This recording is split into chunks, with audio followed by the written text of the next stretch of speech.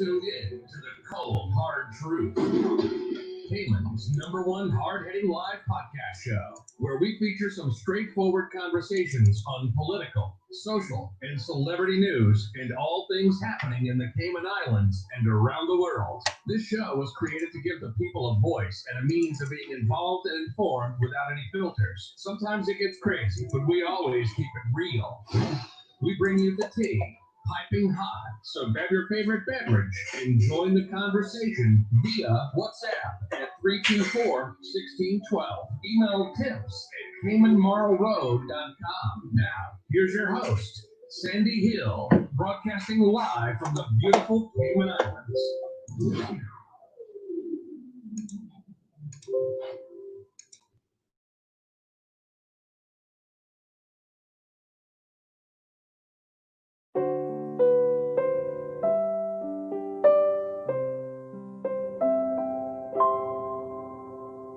Oh, land of soft, fresh breezes,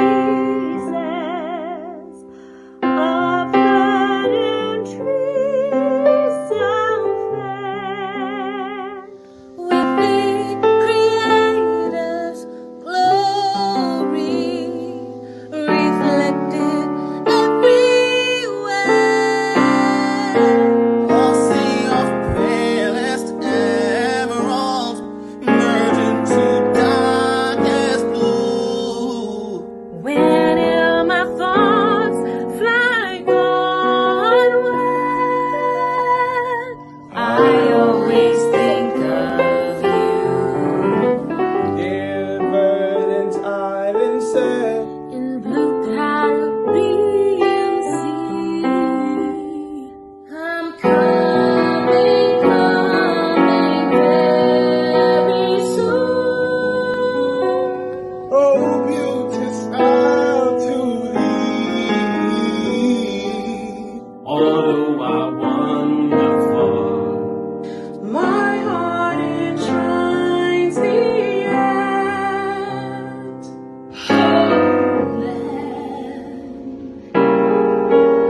There Cayman Isles, I cannot be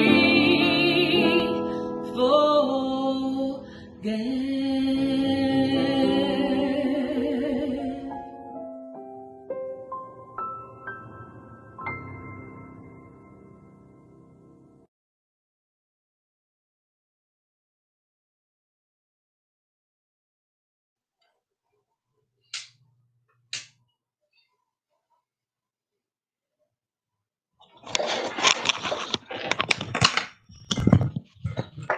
Okay, Cayman, good morning.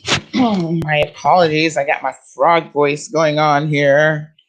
Give me 1 second. Let me see why you cannot see me.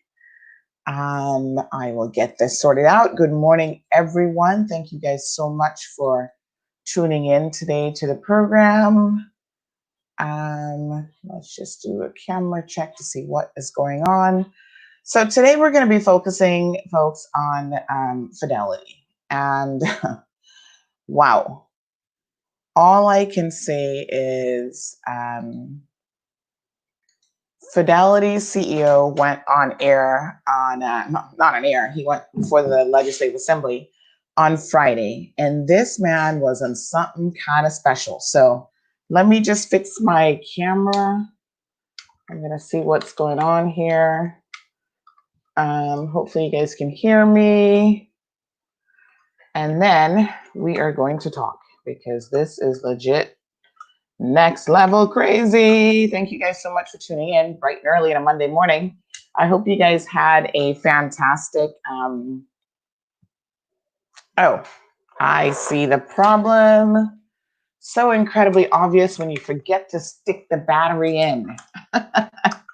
One of these days, I'm going to give you guys a tour of this setup here so you can see what's in the background. I'm trying to get a dedicated space for just my cameras where I can leave everything up and running at all times. There we go. You should be able to see me now. Please refresh. Give me 1 quick second. I'm going to fix my background stuff. Hold on 1 quick second.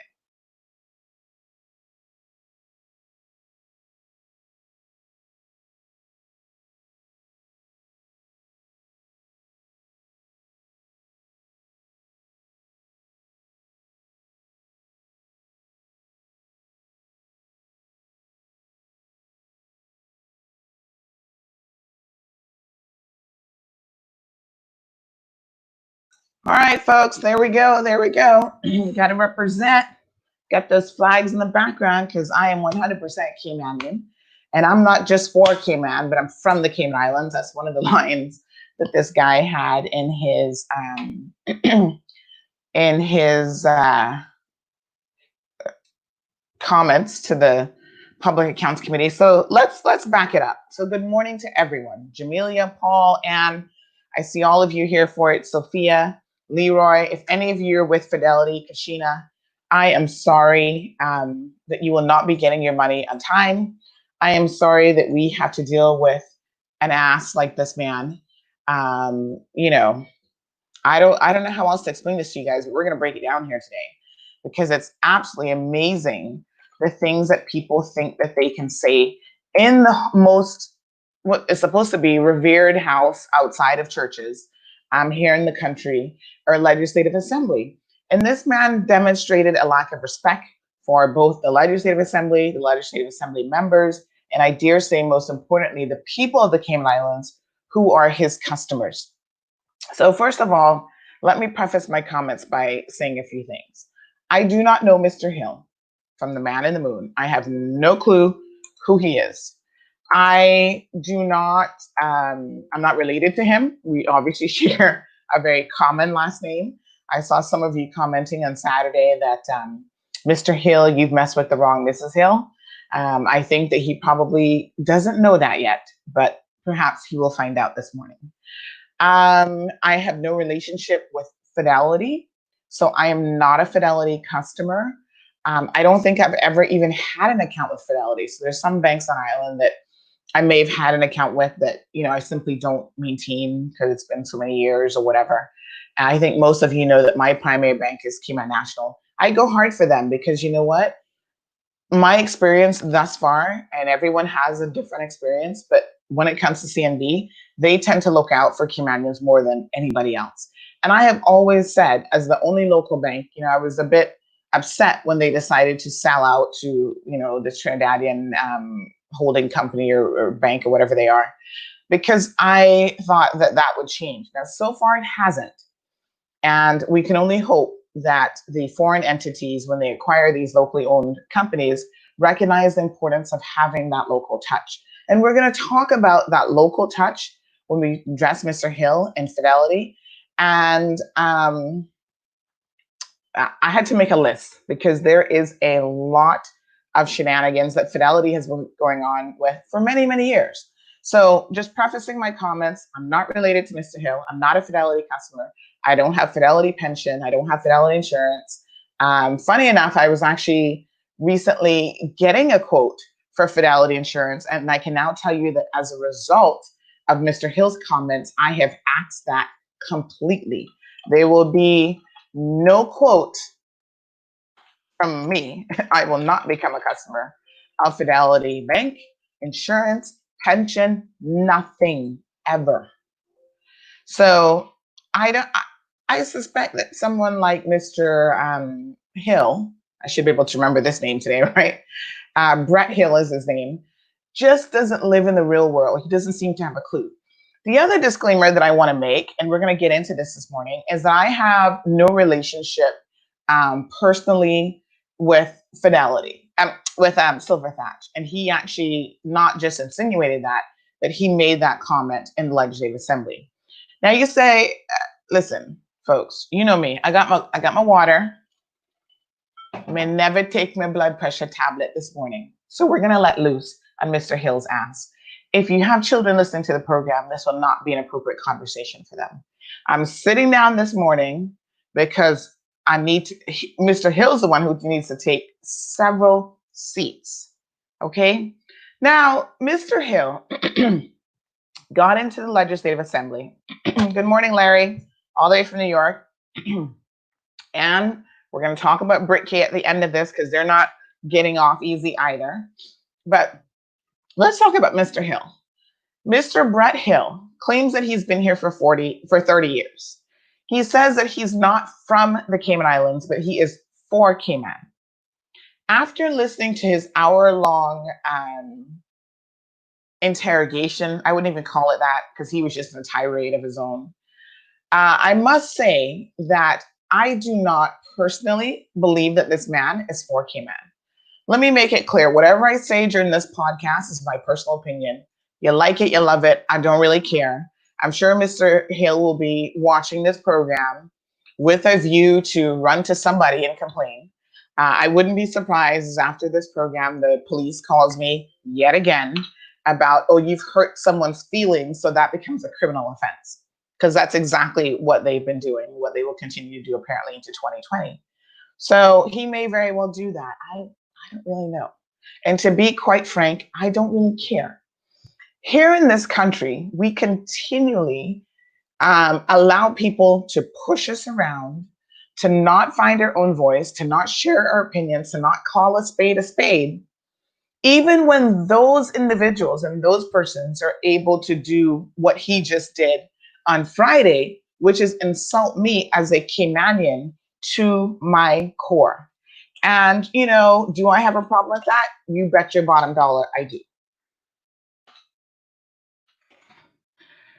And not only do I have a problem with that, but I'm going to express my opinion on why I have a problem with that. And if he doesn't like it, if the police don't like it, if the DPP office doesn't like it, well, too bad.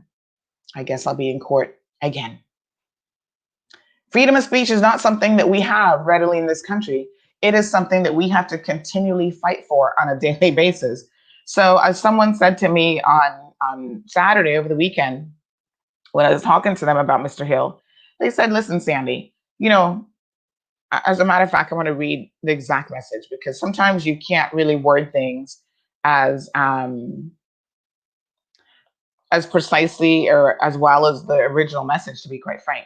So this person said, you know, regarding CMR, they said, listen, you don't always get it right, Sandy, but I would fight for your right to do what you do. You have disrupted the entire media status quo virtually overnight in Cayman, despite facing massive obstacles. Well done to you. One of the massive obstacles that we face in this country on a daily basis is someone with the mindset and the mentality of a Mr. Hill. He is downright rude, obnoxious, overtones of racism, which I shouldn't be surprised about when I found out that he was from South Africa. I don't want to label South Africans because I've got friends, business customers, everything who are from South Africa, and they know the struggles of that country. They tend to be a little bit younger persons, and they are very much pro-equality regardless of who you are, where you're from, what the color of your skin is, all of those things. But I find that some of the older heads, they're still holding on to the apartheid system in their head. You know, in many respects, that system has been dissolved, but prejudices and racism exist every single day. And I sat there listening to this man and I thought, did he just say that? And, you know, every time he would say something, he would then shock me with something even more absolutely outrageous. So he talked about in the Legislative Assembly, and again, Brett Hill is the CEO stroke president of Fidelity. He looks like he's all of Fidelity. So Fidelity in the banking side and also in terms of pensions. And so Mr. Hill was called in, the Legislative Assembly, the Public Accounts Committee, have had some concerns about this whole pension situation. I think pensions generally, but also in relation to the payout. So he shows up, all guns blazing. Oh, he's a man that speaks his mind and he's going to say what he's got to say. Perfect. Because Mr. Hill, you should then understand that when I speak my mind this morning, you and I are on the exact same wavelength. We are people that believe in speaking our mind. Sorry.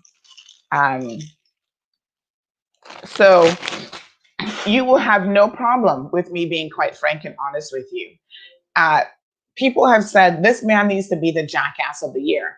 Now, we can't give a jackass of the year award in June because we're only halfway through the year. And to be honest, there are a lot of jackasses in the Cayman Islands. So maybe we'll wait until December and we will have a final tally of all of the jackasses for 2020. We'll pick one person. But thus far, Mr. Hill is very much in the runnings for this. Why? Let us have a look. First of all, Chris Saunders asked him a question, and you guys need to go and listen to, sorry, my nose is itching. You guys need to go and listen to the Public Accounts Committee hearing for yourselves. We put it in our story on our website, so if you've not had an opportunity to listen to it yet, I invite you to do so. Because at the end of the day, I almost felt like I'm sitting here talking about I haven't taken my medication this morning.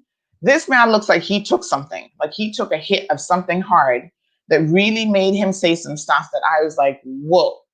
And it's not about being honest, because sometimes you can just be honest, but your honesty and your truthfulness has meaning and it touches people because there's a genuine level of concern there. He was being brutally honest, but what came across was, like I said, overtones of racism. Some people have said it's not even overtones, that I'm being polite by using that word.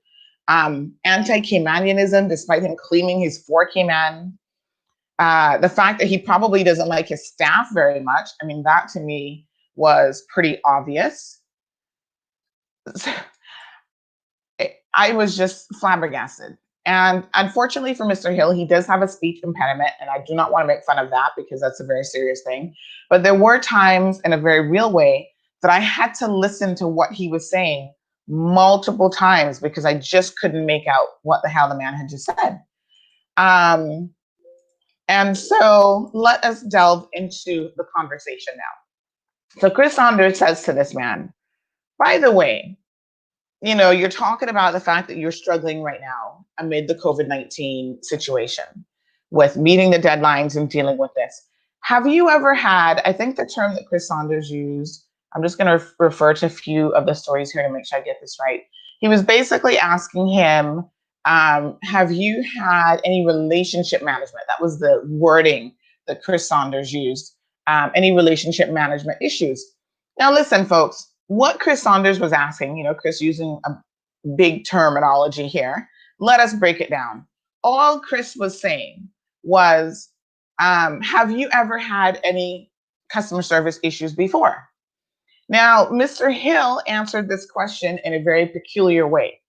You know, you've got to have a discerning ear and you've got to listen very, very closely to what people say. And not just what they say, but also how they say it. So his response essentially was, we've never had a PR issue before. Okay. Mr. Hill, you're on an episode of Jerry Springer, and Jerry Springer would say to you, and that was a lie.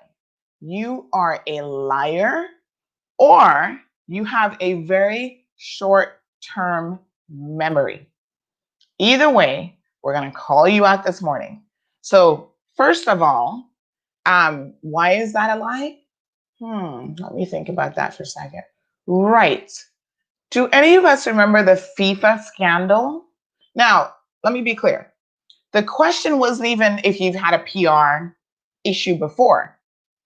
The question was, do you have any relationship management issues? And Mr. Saunders broke it down and said, you have over 11,000 pension companies that pay into your pension fund.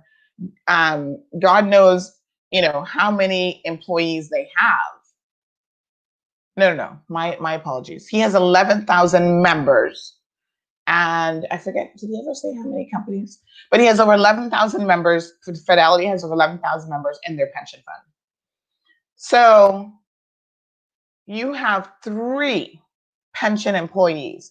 Mr. Saunders was basically saying, are you sure that this is the first time you've ever had an issue? Because it seems to me that your staff of 3 employees, 3 pension employees, to 11,000 pension members is a very tight ratio. It's very high ratio of employees to pension members. And what that means is, in the real world, that impacts your customer service that you can deliver. So Mr. Hill answered the question by simply saying they've never had a PR issue before. Well, sir, we're going to talk about that because we don't not believe that. And those of us who have a little bit of a memory will know that that is a bold-faced lie.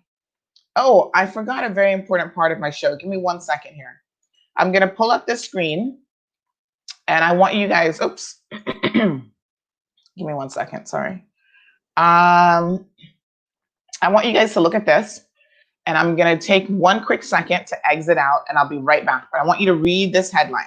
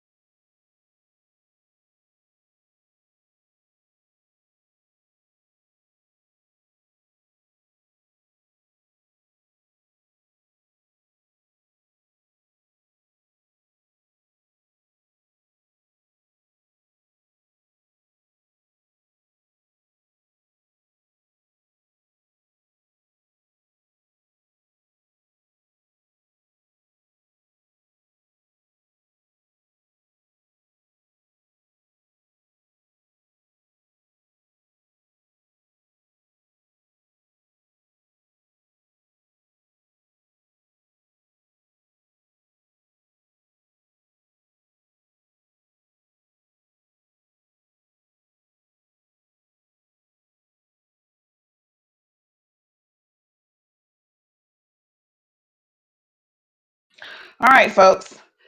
Fidelity Bank hacked and blackmailed. This was back in 2015. I don't know if you guys remember this.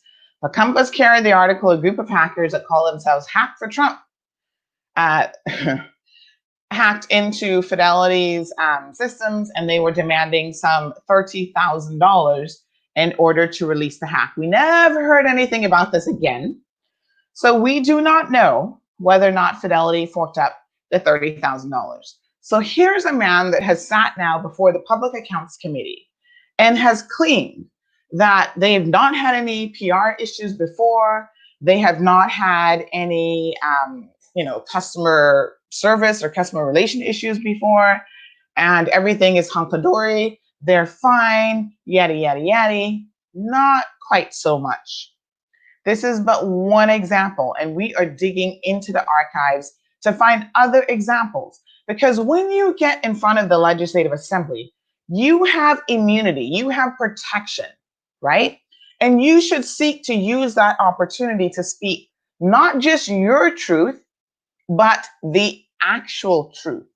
And it occurs to me that not only does Fidelity Pensions have an issue right now, but Fidelity as a brand here in the Cayman Islands has a big issue. And you talk to people on the ground, you talk to customers, you talk to old-time Caymanians, new Caymanians, and they will tell you, Fidelity Bank, Fidelity Pensions, but largely the bank, because that's been around a lot longer than the pensions, doesn't really have the best reputation in the world for customer service or for anything else for that matter. So for Mr. Tasha, that was back in 2015.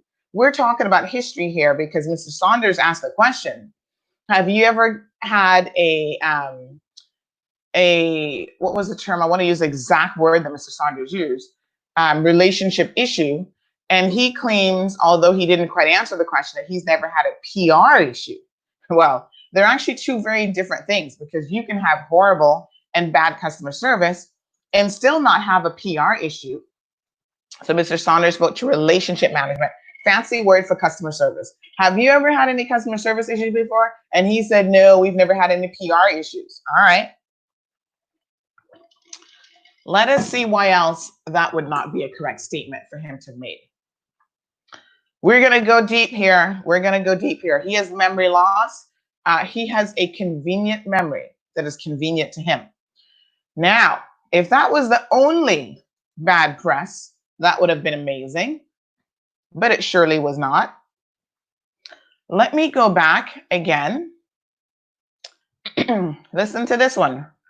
Top officials at Fidelity Bank in the Cayman Islands, I'm just trying to read it around the camera, basically embroiled in this situation with Jeff Webb. So you guys will remember one of our over-glorified Caymanians, Mr. Jeff Webb, and I'm sorry, but he, was at the epitome of his game professionally, and certainly with what was his association called? The Cayman Islands Football Association, as well as CONCACAF.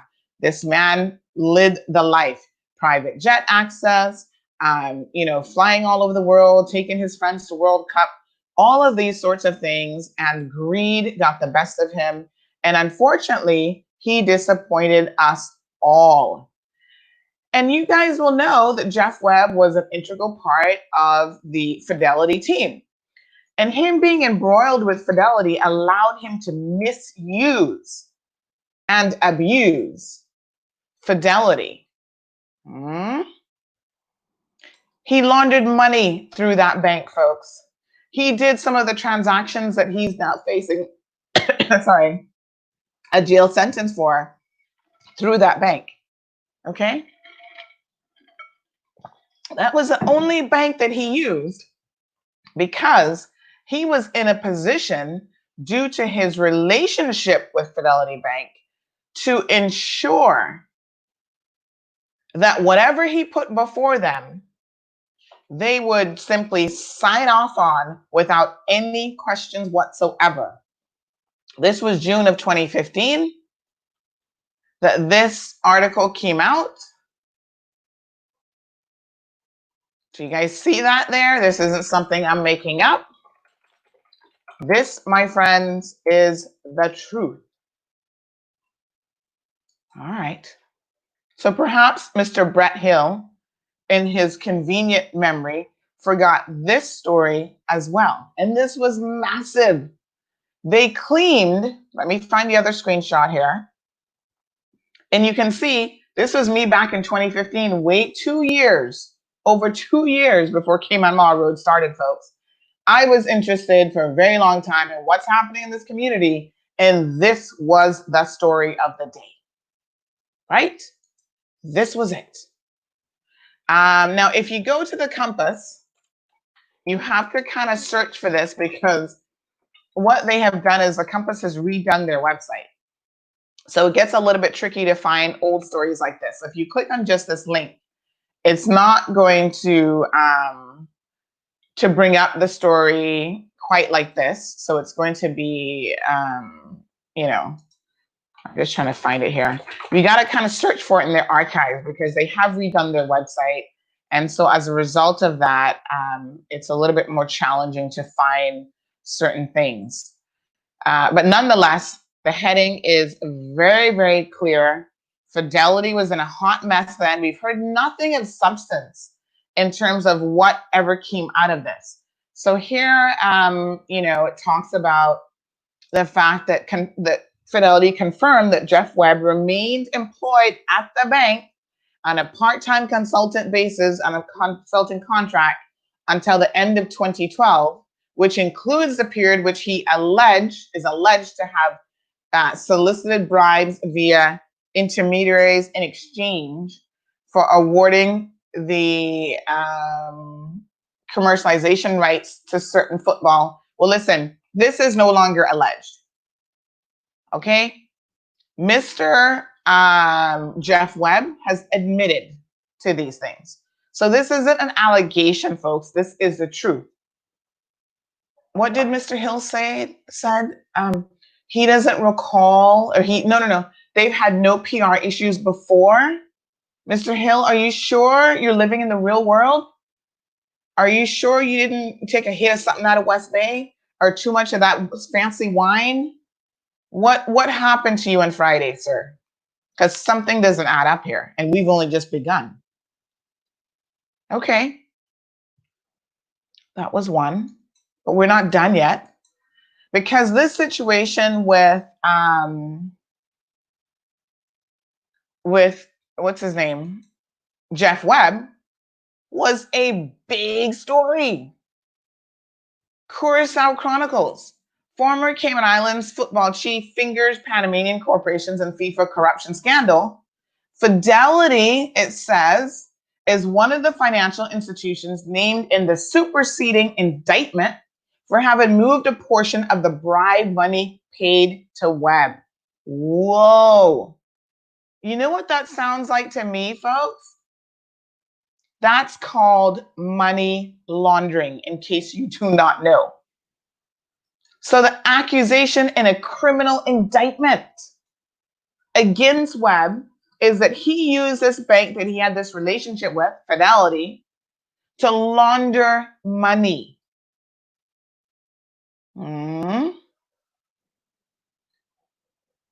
Fidelity played an integral part in the schemes that Mr. Webb was able to carry out.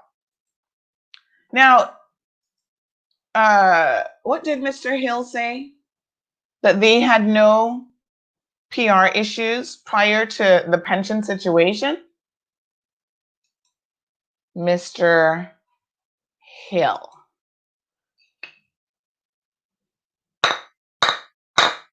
That was a lie. Let's carry on, folks. All right, we're not done here. We've only just begun. No PR issues, you say? The question was if you had a customer service issue. So here you are, president of the bank, president of or CEO of, I guess, Fidelity Pensions. You're running the whole show. You've been in the job. You've been with Fidelity for 30 years. I understand you came here as a bank clerk or something. I don't know. You've been here a very long time. You heard a question that was asked of you, and you were not able to, number one, answer the question, the actual question that was asked. The question was, 3 employees, which you threw under the bus in your later comments, which we'll get to in a minute. You've got 3 employees handling over 11,000 members. Folks, I'm no mathematician, but you divide 3 by 11,000, and what do you get? What you get is employees who are overworked in the best of times, much less in the worst of times, much less during an emergency COVID situation. It is no wonder that they can't even respond to an email, but we're going to talk about the real reasons why all of that shenanigan is going on. So Mr. Hill got on his soapbox in the Legislative Assembly, and he expects us to believe that Cayman Marl Road is responsible for Fidelity Pension in their piss-ass service. Now, I know a lot of you are not going to go back and you're not going to listen to the Legislative Assembly. You just don't care that much. But I want to pull up what he actually said. So give me a minute here, because this is important to hear what he says about Cayman Marl Road and what he says. And we're going to have to find it because, unfortunately, I must apologize. I did not, you guys know yesterday was Father's Day. So I did not spend any time in Mr. Brett Hill yesterday. I was a little bit too busy trying my best to enjoy the Father's Day celebration with my husband and my daughter and a few of our friends. Now that COVID-19 is easing up on us a little bit, we could have a small gathering for Father's Day. But I want you guys to listen to what he says, right? Because he makes an allegation against Cayman Marl Road. Now, imagine, had I made such an allegation about him or his bank, I would be this morning facing a court bundle from his fancy, high-paid, highfalutin lawyers saying that you have just defamed me. Mr. Brett Hill, you have defamed me in the worst possible way by alleging that I would somehow be involved or in bed with Silver Thatch and giving them preferential treatment as a result of that. Nothing could be further from the truth. I do not have any relationships with Fidelity that I need to give them any with Silver Thatch, that I need to give them any preferential treatment whatsoever. So that is not only a lie, but that is defamation. Because one of the key things that we do here in Cayman Marl Road, and people know me for this, is we are all about telling you the cold hard truth, sir. Something that clearly you're not that familiar with, and you don't seem to know a whole lot about the cold hard truth. And so you think that you can just get up and make all sorts of assertions and statements about Cayman Marl Road, not really understanding our platform or how we operate. We don't seek to ever, and I want to make this very, very clear, make local companies, whether it's Fidelity, Silver Thatch, any of the local restaurants, we're not here to make people look bad. Because I'm a business owner in this community. I live in the Cayman Islands, and I'm not just for Cayman as you are. I am a Caymanian. And so when we put things out there, we have an honest belief, first of all, that what we're saying is true. And whatever we're alleging about companies has to be so incredibly egregious that it is something that is impacting their customer base. And I can give numerous examples of that. When we talked about, for example, Cayman Islands import, CICA, right? This was after I couldn't tell you how many back and forth emails, how many other customers coming. This wasn't just my personal experience. Other clients coming and saying, this is an issue I'm having with CICA. What are they doing? Why can't I get my goods? Why can't I get my goods from other local shipping companies, but not from CICA? This wasn't like a one-off, oh, they sent me an email where they were rude and they've annoyed me. No, this is email upon email, situation upon situation. And in your case with Fidelity, we're also going to demonstrate, once again, going back to this core issue of providing customer service. That is where you have dropped the ball. This has nothing to do with Cayman Marl Road favoring Silver Thatch. And I'm not only, like I said, insulted by the comment, but you have defamed us because it is entirely untrue. And we build a foundation here at Cayman Marl Road and telling the the cold hard truth, regardless of who the person is or regardless of who the entity is. And our viewers tune in because they expect that level of honesty. They may not always like it, but they expect it and they trust that we are doing it with everyone. But we don't just jump up and start talking about companies because, again, we're business owners in this community. We understand how the game works.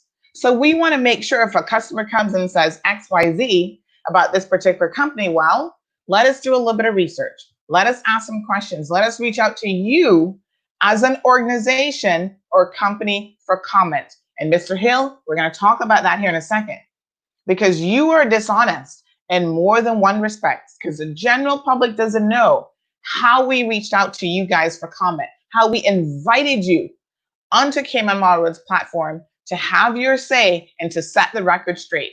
And what do? You pass up that opportunity, and then you sit back in the Legislative Assembly and you start to name and blame. And of course, you want to say, oh, bloggers.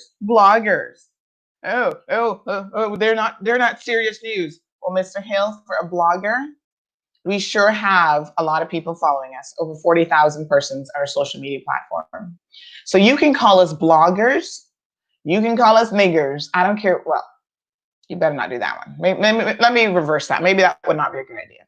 I don't care otherwise what you call us, because at the end of the day, we have the ear of the people and they have our ear. Something that you as a corporate organization cannot say. You have no clue what is going on in this country. You are so disillusioned that you could seriously get up in the Legislative Assembly and make these comments and I guess believe them. I mean, I don't know. Let me see if I can find, I made some notes here, folks, but let me just see if I can find this portion of his commentary. And like I said, it was a lot to listen to. And there was so much, stuttering and stuff. And again, unfortunately, Mr. Hill has a bit of a speech impediment issue, but we had to go back and re-listen to a lot of it. I made some notes here. So let me just see if I can find the point where he discusses this. Give me 1 second. Give me 1 second here. Because then I want to bring this up.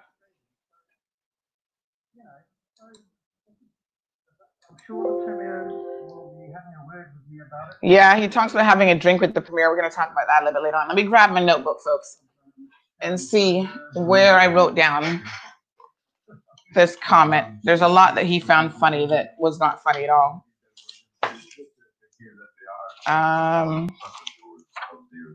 Give me 1 second here. to get us a little bit back on track, what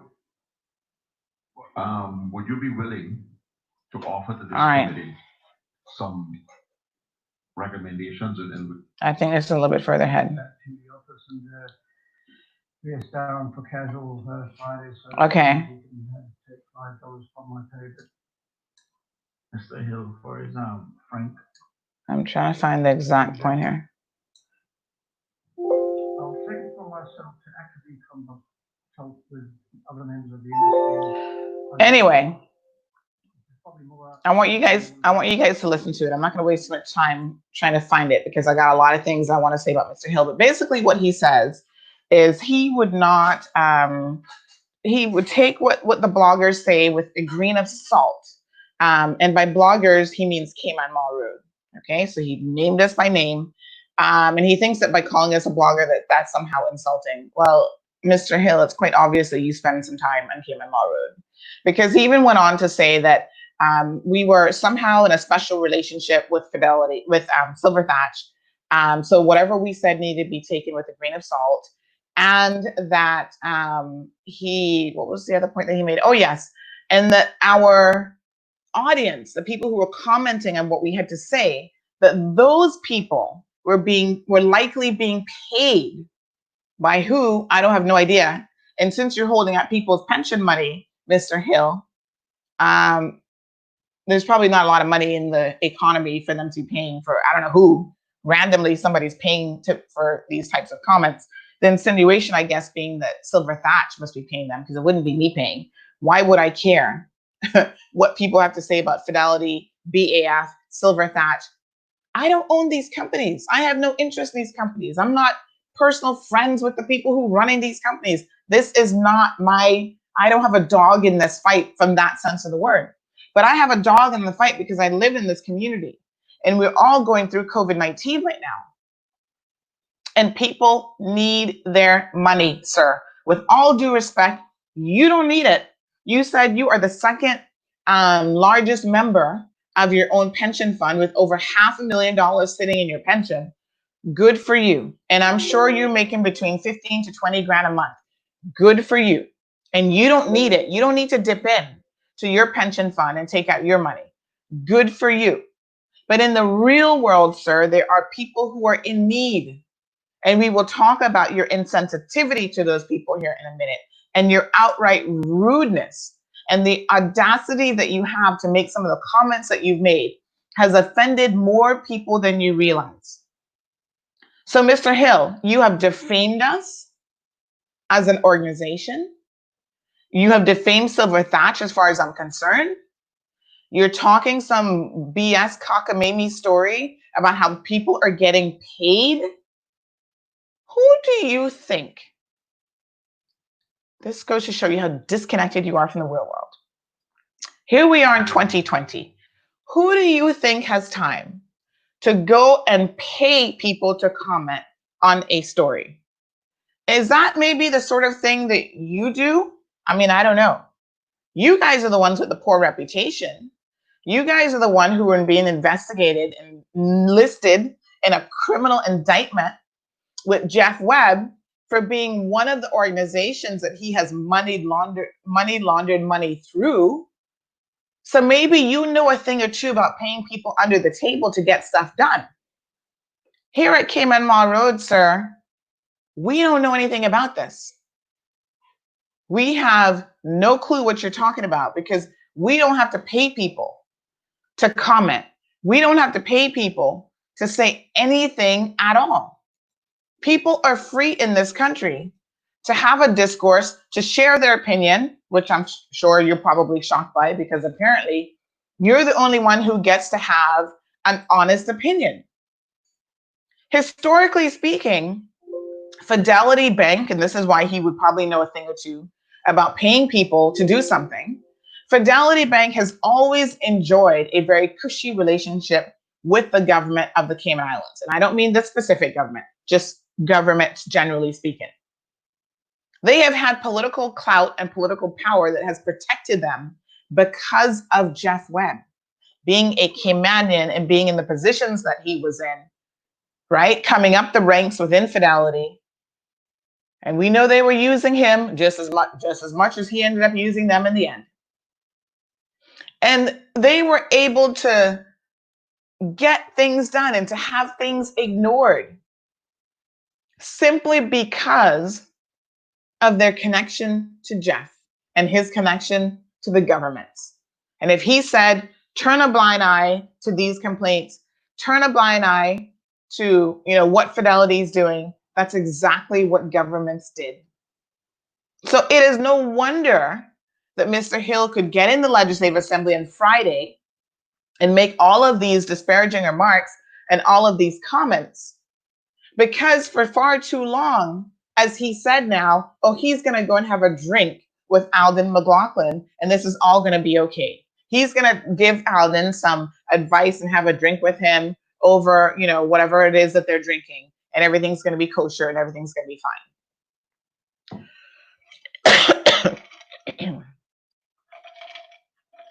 He made some bold statements on Friday. And you can only be so bold and so incredibly arrogant because you have been protected. Imagine. I'm considered a bold person. I hope I'm not arrogant. Maybe I have an arrogant moment once in a while. I won't deny it.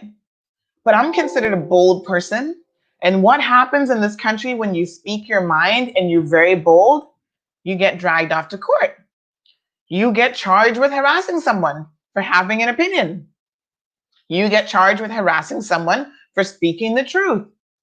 Now, here we have a man who gets to sit in the Legislative Assembly before the Public Accounts Committee, before Ezra Miller, before Chris Saunders, before I think Austin Harris is a member of the Public Accounts Committee, Bernie Bush, and he gets to insult them. And trust me, they were insulted. They have said to me, this man was the gift that kept on giving, because his mouth, not for him, honey. Oh no, he had so much to say, the most to say, arrogant, insulting. And he got to say it all with practical immunity, because remember now, whatever's said in the Legislative Assembly, you can't sue him over, so he can defame you all he wants. But because he's in the Legislative Assembly, he gets that protection. Right? And he says the most. Not truthful. Mr. Hill, we're going to check some more of what you had to say. If he bright, Cece, bright, not a word for him. He the brightest of the bright. Pure attitude. But he was enjoying this kind of protection that was afforded to him. And this is well known, folks. Talk to people in the industry and they will tell you, right? This man has been protected for a very long time. And that is why he has the nerves that he has. That is why he can get up in the Legislative Assembly and tell all kind of lies and nobody's going to fact check him. I felt like I was watching a really bad episode of Is This Donald Trump? Let's fact check him. Because so much that this man said was an untruth and a lie. You've never had a PR issue before? Well, that wasn't the actual question, sir. But you still answered the question with a lie. You've had PR issues before. Now, you may not have ever, again, because of the protections you afforded, had to even hire a PR firm like now you're claiming that you're doing, because you didn't have to worry about it. Oh yeah, Fidelity's involved in, Jeff Webb was able to launder money through your bank. How did he do all of this? How was nobody fact checking the millions of dollars? Stolen money, the government's money, stolen money from CONCACAF, stolen money from the poor people in Haiti. How was he able to do all of these transactions through your bank, but nobody was fact checking what he was submitting? Nobody was asking questions about these fraudulent companies that were being formed and put together for the sole purpose of stealing and laundering money. All right. So let's keep it moving. He blames Cayman Marl Road. We are the reason for his not even lackluster, for his piss ass poor customer service with his pension company. Okay, sir. If you believe that that is the truth, I have got about 50 acres of land in the district of East End, beachfront property that I'm going to sell to you. Because the bunch of baloney that you were selling the people of the Cayman Islands is beyond insulting. What do I mean by baloney? Let us take a look at the facts. Because we have had to fact check this man because, like I said, he is a liar. I don't have any immunity here today, folks, but I feel confident in telling you that the comments that this man made in the Legislative Assembly before the Public Accounts Committee on Friday were lies, and I can prove it. Now, while he wants the people to believe that I have some skin in this game and that somehow I care about Silver Thatch, him, Fidelity, whatever the situation is, the truth of the matter is this man is running his pension company horribly, underpaying his staff, probably treating them like shit too. Okay, based on his comments, I wouldn't doubt that. And on top of it, he is wanting us to believe that this is all Cayman Marl Road's fault. Take what they say with a grain of salt. Well, you take everything with a grain of salt in this day and age. But what Mr. Hill said, get the whole bucket of salt, not a grain. Bring the wheelbarrow, bring the bucket, because this man lied on more than one occasion. When this whole pension thing started, you guys will remember, way before we even got to the point of the government finally deciding allow people to get a payout on their money. We had the discussion because a lot of you were messaging us here on this platform. You'd come on the show. What is government doing? Give us access to our pensions. You guys were asking for that. I was kind of like, I don't know if government's going to do it, because dipping into your pension, which is supposed to be your retirement fund, that is a massive decision to make. But of course, we are living in unprecedented times. So if there's a time that you're going to allow people to access their money, it would certainly be now. I get the logic behind it. But still, I was skeptical. I don't know, folks. I know you're asking for it, but the government, they know what this means in terms of your long-term retirement and how this is going to impact your life. So the government listened to the people and they decided to pass it. We're going to talk about some of the logistics of that here in a second, because again, Mr. Hill claims that he can't do this in 45 days. So when it happened, we reached out to a number of the pension companies. Silver Thatch was one of them. Silver Thatch to this day remains the only company that said, we will come on your program. They didn't say, we're going to come subject to conditions. They didn't say, we can only answer certain questions, or we don't know, we don't really want to talk to the people. Folks, Alice Ramos from Silver Thatch came on this program. Over 653 of you were tuned in. So double what we have here today, 300 plus more, because we're up to 371 people tuned in between YouTube and Facebook right now. They came, Alice came on the show to 653 of you, and she answered your questions. She answered my questions. She gave feedback. She kind of told us a little bit about how the process would work. People wanted to know.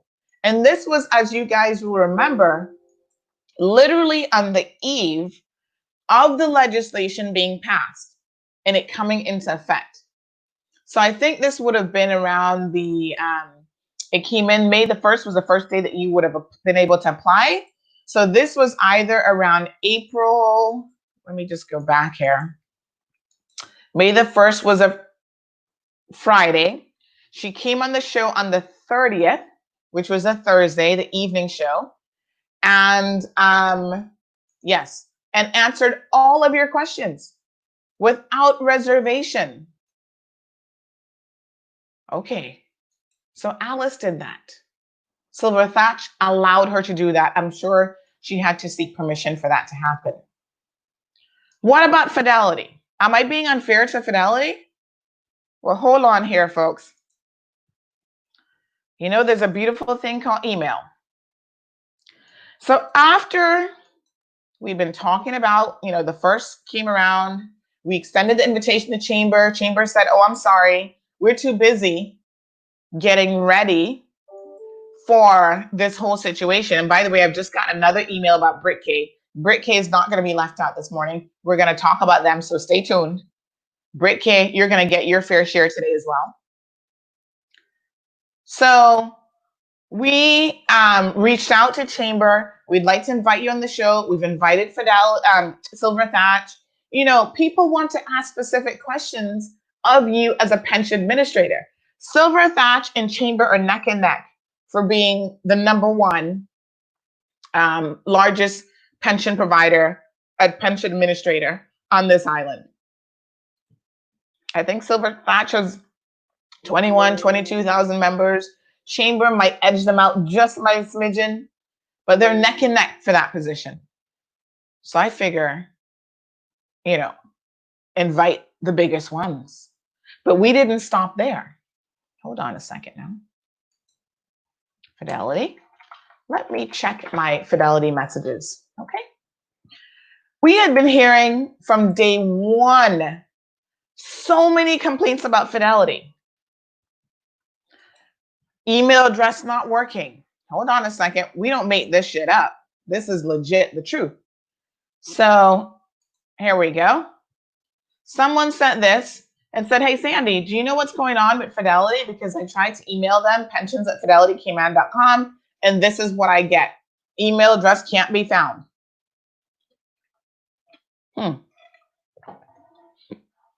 He tells you to take what CMR has to say with a grain of salt. Don't take what we have to say with a grain of salt, folks. Look for yourselves. Everybody has eyes and ears and God-given, well, some of us have God-given common sense, right? People were emailing Fidelity Pensions and their email address that people had was not even working. This was like May the 1st at the very onset. Silver Thatch not only came on the show, they explained why their website wasn't working at the moment and the fact that it wasn't anything nefarious that was going on. They were in the middle of redoing their website, and that meant that for the time being, the members section of the website was not working, but they were aware of that, and it would be up and working by the 1st so that people could apply, et cetera, et cetera. They explained what was going on. Customer service 101. No company is perfect. No company is going to get it right all the time.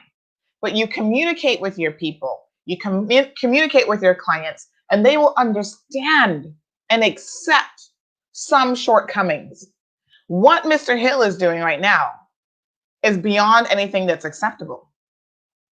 And he can pay all the money in public relations in the world. What he should have done was come on Cayman Marl Road and talk directly to the people. And hello, sir, that was free. We weren't charging you for that. That was a free opportunity to come and talk to the people. He passed it up because they don't care. They don't care about their pension members is the only logical conclusion that you can come to. All right, bad email. Okie dokie, let's back it up here, folks. He says that we were paying people to talk badly about him. Were we really? Let's look at some of the messages that we have received. Private messages that we have received about Fidelity. And I have to tell you, we've had to limit this show to private messages and some of the messages that we've received because the show is only so long. Oh, allow me to backtrack a little bit. So we emailed, we were talking about Fidelity in our show, and I guess they had been listening, as most people do. And so they sent us a message in May. This came from a Sherilyn Bethel, who is marketing coordinator from their headquarters in Nassau, Bahamas. It says Nassau, the Bahamas, Royal Fidelity Merchant Bank and Trust Limited, East Hill Street.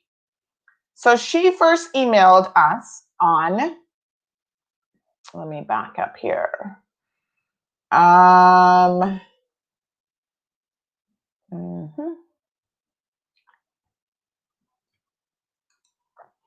believe it was the 6th of May. Here's another email that I haven't included in what you guys are going to see here in a second. This person says, "Hi, Miss Sandra, is there any update on contact information for Fidelity Pension? No one answers the phone, 949-7822, and the email, pensions@fidelitycayman.com, says that the email is undeliverable. Appreciate any help that you can provide." That was sent to me at 9:23 p.m. on May the 8th.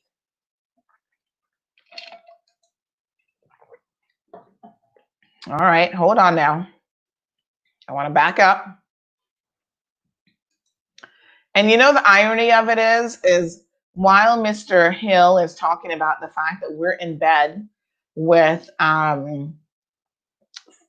Silver Thatch, we're having to do more work for Fidelity, and we ain't getting paid by neither of them, in terms of responding to customers, telling customers how they can reach these pension companies, reach these pension administrators. So of course I'm more than offended when he says that we are in bed with Silver Thatch. We've got some kind of backdoor situation going on here with Silver Thatch, and obviously I'm getting paid, because the only reason I'm getting in bed with a corporate entity, somebody better be paying me some coins. And like I said, Mr. Hill would know that from his dealings with Jeff Webb. So on the 7th of May at 11:05 a.m., we received email correspondence from this Sherilyn Bethel. Like I said, she's the marketing coordinator, and it included a JPEG, PNG file, same thing as JPEG basically. 3 steps for your Fidelity pension plan.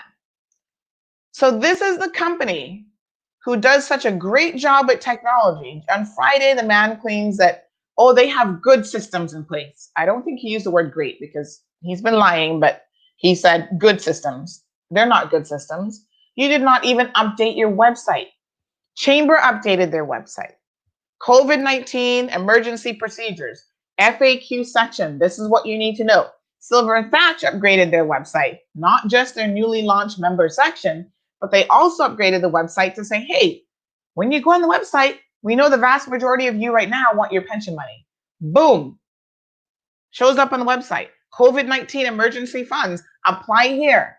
Silver Thatch was the first company to make their form available from the 1st of May entirely online.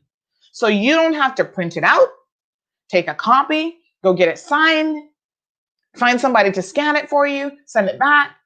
Silver Thatch saved you 5 steps in the process. Fill it out, attach your document, your notarized ID electronically, hit submit, and you're done. In short order, Chamber was like, oh, Silver Thatch got it organized. We're going to follow suit. So in about a week or so, and I should know, because I was busy notarizing documents and pointing people on where they needed to go to fill out their forms, in about a week or so, Chamber did the exact same thing, made their application process entirely electronically available online. No need to fill out a PDF, because the PDF was confusing people. There's a drop-down box that would have the insurance company names. It was initially saved on the DLP site with only one company that you could see, and people like, I don't understand this. You need a PDF editor to be able to fill it out. Chambers said, all right, Silver Thatch is on the ball. We're going to follow suit. We're going to do what they did. Make it available online. Has Fidelity Pensions done that? Not only have they not done that, let me just have a look at their website. Because now he claimed on Friday in the Legislative Assembly that they have retained a company called NetClues to help them out. And NetClues does website work and whatever, right? Oh, have they finally put something on here about, nope. I don't see nothing about COVID-19, emergency funds, about COVID-19 payout, nothing. Still not on the website, folks. So they're paying NetClues.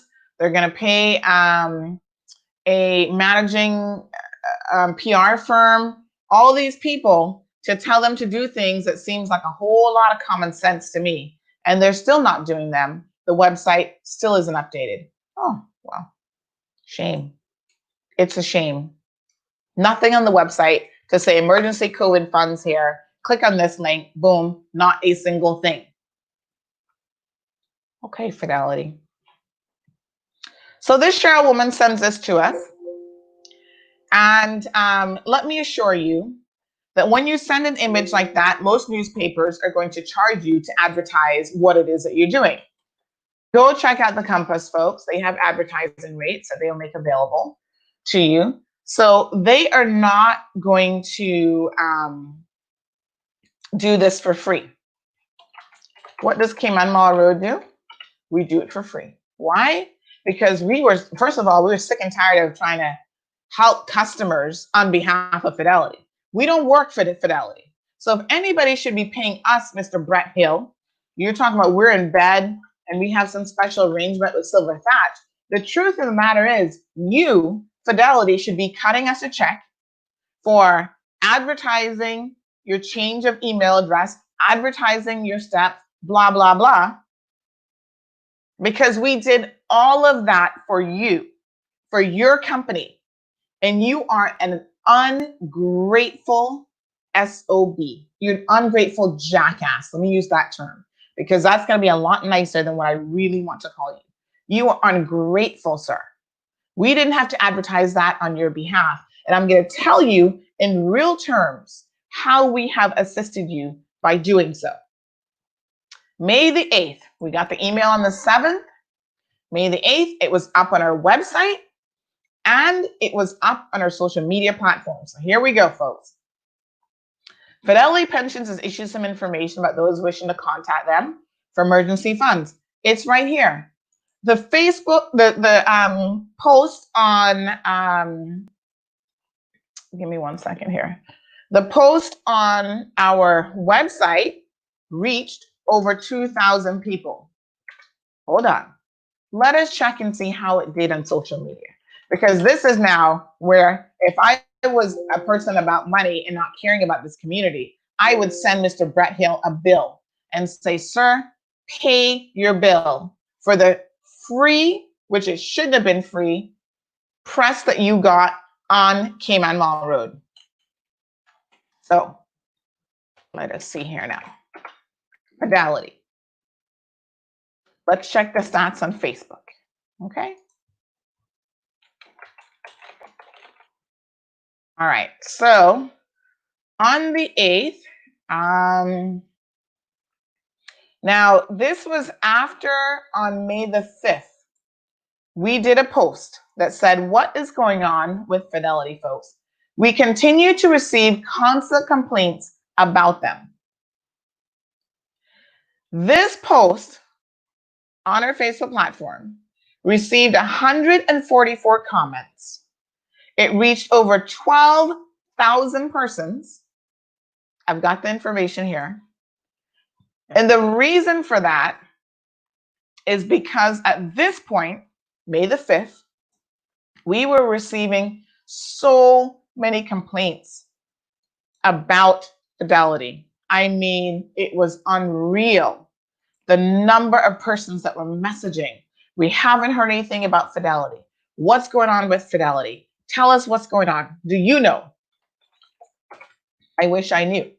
And I'm like, listen, we haven't heard from them.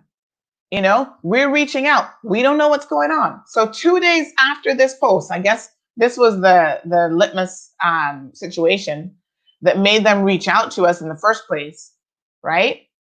2 days after this, they issued, well, here's what people actually need to do.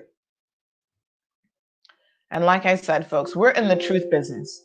We do not have to make anything up on Fidelity, on Silver Thatch, on anyone in this country, even our politicians. We don't make this stuff up. We give it to you. It's either the facts or it's my opinion based on what I believe are the facts. Okay? So May the 5th, this was the message. And it was based on, again, numerous complaints that we had received. Sorry. So this person said, good CMR. I think they meant to say good morning. I am asking on the behalf of the Fidelity pensioner. We can't hear anything. We send emails upon emails and no answer, asking for a username and password and the balance of our contributions because we haven't been getting any statements. Excuse me? What do you mean that you've not been getting any statements? Well, that would fly in the face of what Mr. Hill said in response to Chris Saunders. Mr. Hill claims that he's not been receiving any bad PR until recently. How can that be the case? You guys see here, over 12,000 persons reached, 144 comments, 12 shares, 61 emoji responses. This person has just said, again, I don't have any experience with Fidelity Pensions, so I can't speak to this. But this person had just said they've not been receiving statements, and that isn't something new. And we're going to show more evidence about that in a second. All right. They go on to say, no response. Please, please see what's going on with this pension provider. Everyone else is rolling. Everyone else is rolling, Mr. Hill. I guess they're waiting until there's nothing left in the pension. Then they respond with a private message to say, thanks, I'm waiting your answer. God bless. And the comments, not a single comment was in favor of Fidelity. One person says, Fidelity Pensions has been paid as of May the 5th, and no mention of what their plans are with assistant pension payouts. Just pulling out some random comments here. This person says, same thing goes for BritK. Don't worry, we're coming to BritK. Someone says, better the premier so he can light a fire under them. I think they meant to say better call him or whatever. This other person says, I call and they told me I was putting the wrong email address. Now you've had an email address out there, Fidelity Pensions at whatever, for God knows how long, right? And all of a sudden, COVID-19 hits. That is no longer your email address, and you don't bother to send out a very large-scale message informing your clients that that's the case. Okay. And you've never had a PR issue. You've never had a customer relationship management issue. You've never provided piss poor customer service. Sir, you need to check your own records, because clearly that is a lie. The comments go on.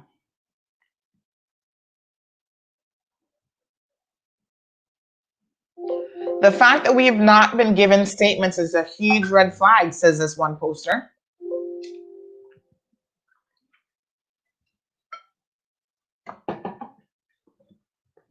One person says, I genuinely feel that they don't have our money, period. I mean, why do we need 45 days to collect? Somebody else says, so true, it's annoying.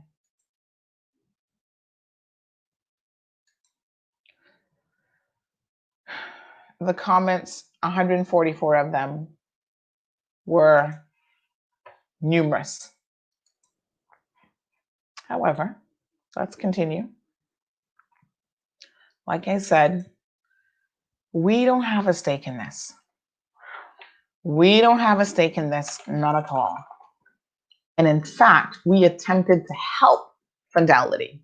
And Mr. Brett would have known this, being the CEO of that organization. So the fact that he could get on the stand and lie about that is amazing to me. Shocking and amazing. Let me find the results of, I'm going to show you guys another one here from the 10th in just a second.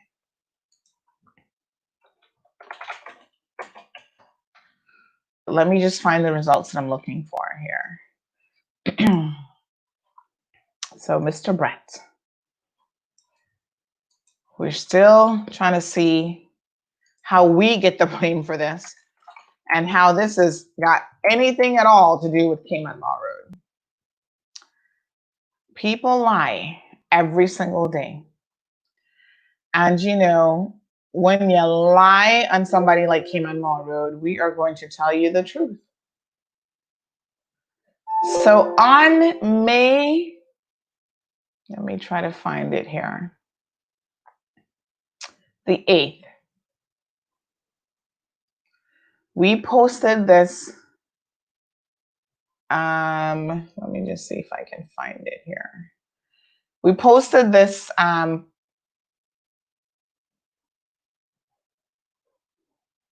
you know, Facebook has some very useful search options. You can search down to the date that you're looking for something. So May the 8th, we posted the story for Fidelity saying, contact them. This is how you actually contact them, because apparently they didn't tell anyone before, but this is how you do it. And that post, I'm trying to find that post now.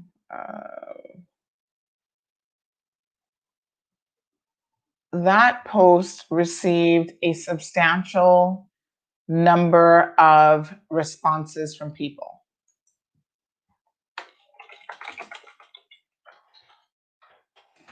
And it would have reached, I can't find it right now. Okay, May the 8th, here we go. Finally, confirmation. I saved it. Here's what I did. I shared it on my personal page. Obviously, I don't have 40,000 friends on my personal page. I shared it. I see other people here sharing it. Josephine shared it. Eddie Powell shared it. Shara shared it. Vanessa Scott shared it. Valissa Smith shared it. These were all people who reshared what Cayman Marl Road had shared on behalf of Fidelity, saying this is how you contact Fidelity Pensions. The same company who now wishes you to believe that we have something against them and we are somehow in bed with Silver Thatch, right?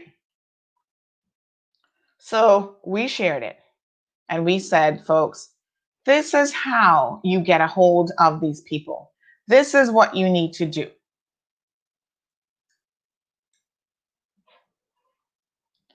No appreciation for that.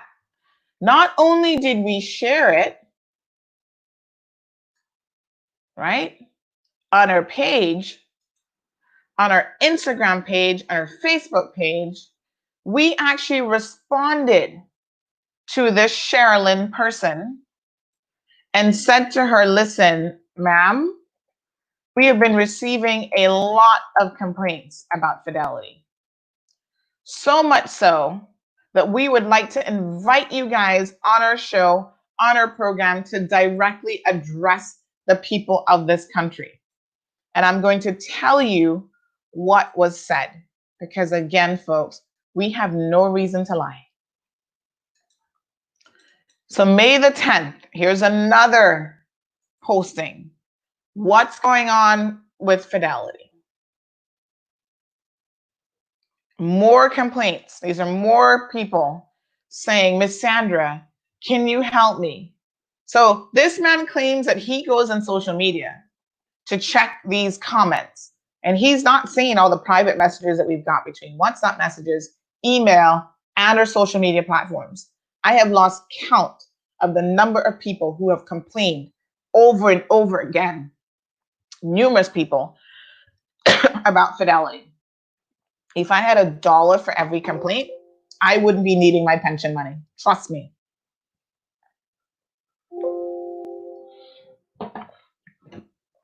The complaints continue to come in. Again, nothing to do with us, folks. Let me just see here. Yeah, so they sent the story on the 8th. I can't find the exact stats right now, but don't worry. I'll pull those up. I just don't want to waste any more of our time here because we got a lot to cover trying to find a specific post. So we get this email from Sherilyn. She says, good morning, please share. We respond to her and we say, Sherilyn, let me see here. We respond to her and we say, this would have been the day after she sent it. And I said, thank you. I said, good morning. Thank you for the message. We've been asked to reach out to a number of persons. We've been asked to reach out by a number of persons about Fidelity Pensions, actually. Would you, who would be willing to speak on the show, or who can we speak to? She responds, we sent that on the 8th. She responds and says, this is Friday. Hello, Sandra. Thank you for your response. We're having a high volume of calls and emails, as you can imagine. You can filter them to me and I will pass them on to the respective departments. Your help is greatly appreciated. Okay. So then I reply and say, actually, I'd like to speak to the head of pensions about the consumer complaints and the concerns about the company's ability to pay out pensions. Lots of chatter in the community that could best be addressed directly from your management team. Folks, this was an email that I sent on Friday, May the 8th at 3:02 p.m. Mr. Brent Hill will now go and waste money that he could probably use improving his systems and hiring more staff to reach out to you guys and to pay your pensions, which he's admitted they ain't paying it in the 45 days, folks. They're not going to be anywhere close. And we're going to talk about that here in a second. But this is a man who will now go and hire a PR company to give him advice, which I have given him for free.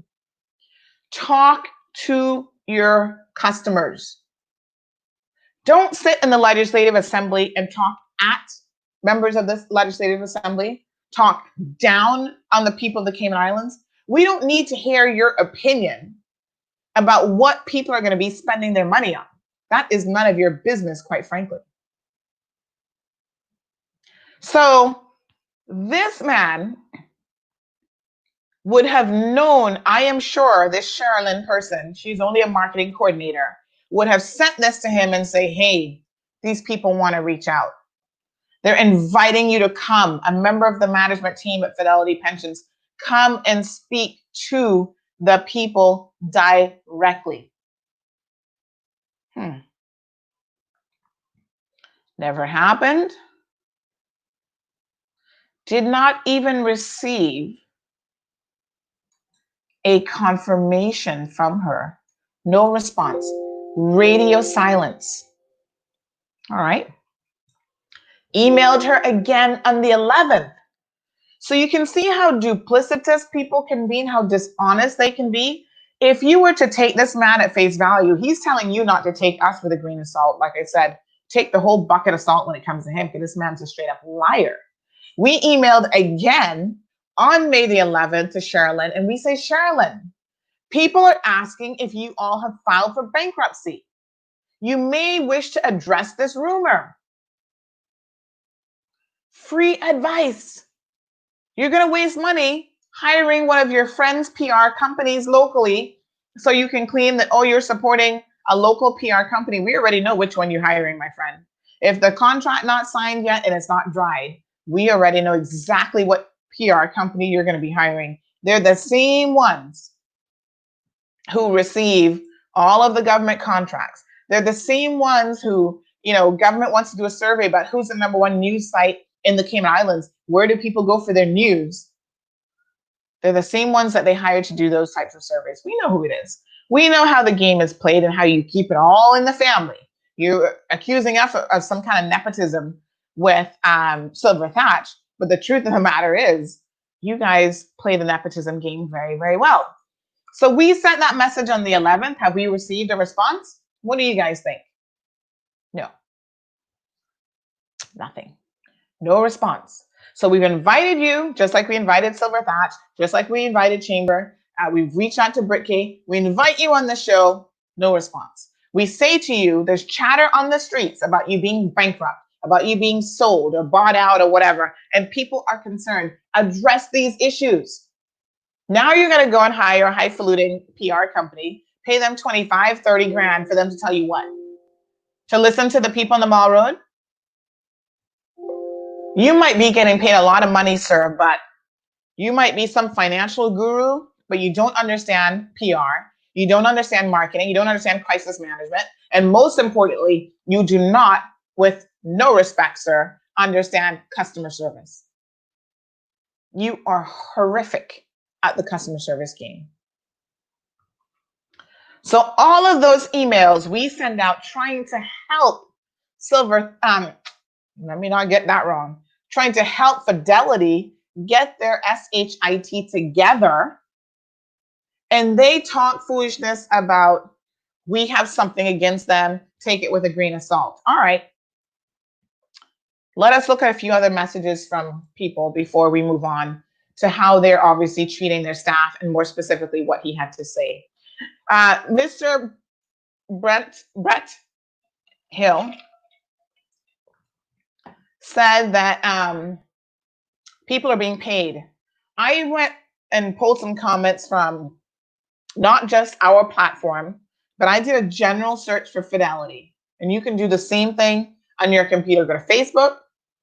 Within the Facebook search window, type in Fidelity Pension, and you'll see all of the people that have been complaining about Fidelity. So here are them.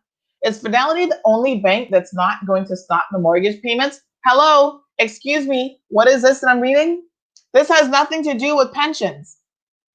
But this is another lack of communicating with your clients effectively. So when COVID-19 hit, Butterfield, CNB were the first out of the gate. We're going to be extending an initial 3-month amnesty where you don't have to pay if you're in good standing, blah, blah, blah. You don't have to pay your mortgage payment. Fidelity, radio silence, nothing. Scotiabank, took them a long time. They eventually said something, but it took them a long time. Why? Lack of customer service. Who's in their marketing department? Maybe he doesn't have anyone. That's why he has no clue what's going on. But he has time to claim that he went on our social media platform. All these comments are fake. These are people making stuff up. Never had a PR issue before. No customer service issue. They're doing great. People are happy. The 3 minimum employees that they have in Fidelity Pensions can handle all of these 11,000 plus members, right? He wants you to believe all of this, but the evidence is much to the contrary. The evidence is there, folks, that he is running a very poor organization. So this person wasn't even talking about pensions yet. This person was talking about the mortgage payouts. Shouldn't government oblige the banks to stop mortgage payments or at least postpone them? People in Fidelity were really rude when I called them and the lady was yelling over the phone. It feels like people don't realize that this is the world's problem, not Cayman alone. Wow.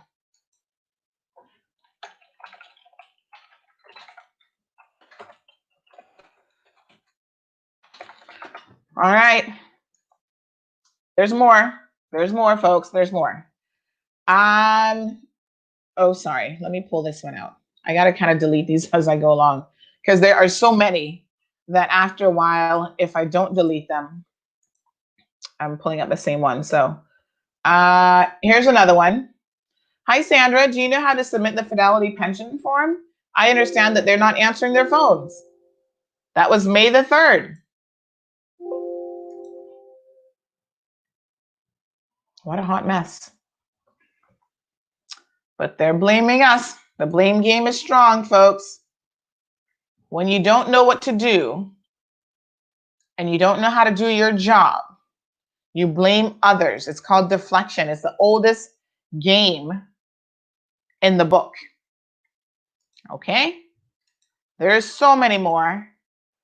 And I've just picked a very small sample. Hey, just wanted to let you know that Fidelity has started to pay out. Oh, well, let's share some good news. I sent in my application on May the 1st and got approved on May 19th. Received my funds sometimes between 5 to 6 p.m. So this was this past Friday at 6:16 p.m. So someone, despite it being late, got some money. So we're sharing the good news just like we're sharing the bad news. So this is the only person that we have received confirmation from that has paid out. If you've received money from Fidelity, by all means, let us know. Here's another one, May the 11th. Good morning, Sandra.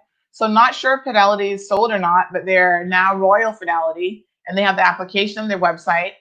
That's what this person says. I've never seen it. And Fidelity have not announced this. So again, poor customer service, not telling people what's going on with your organization, but you're happy to blame us. This one says Cayman Marl Road, Fidelity has no information, this is May the 6th, on their website about claiming the emergency pension withdrawal. An email address is circulating, kfunds at royalfidelity.com. Is that correct?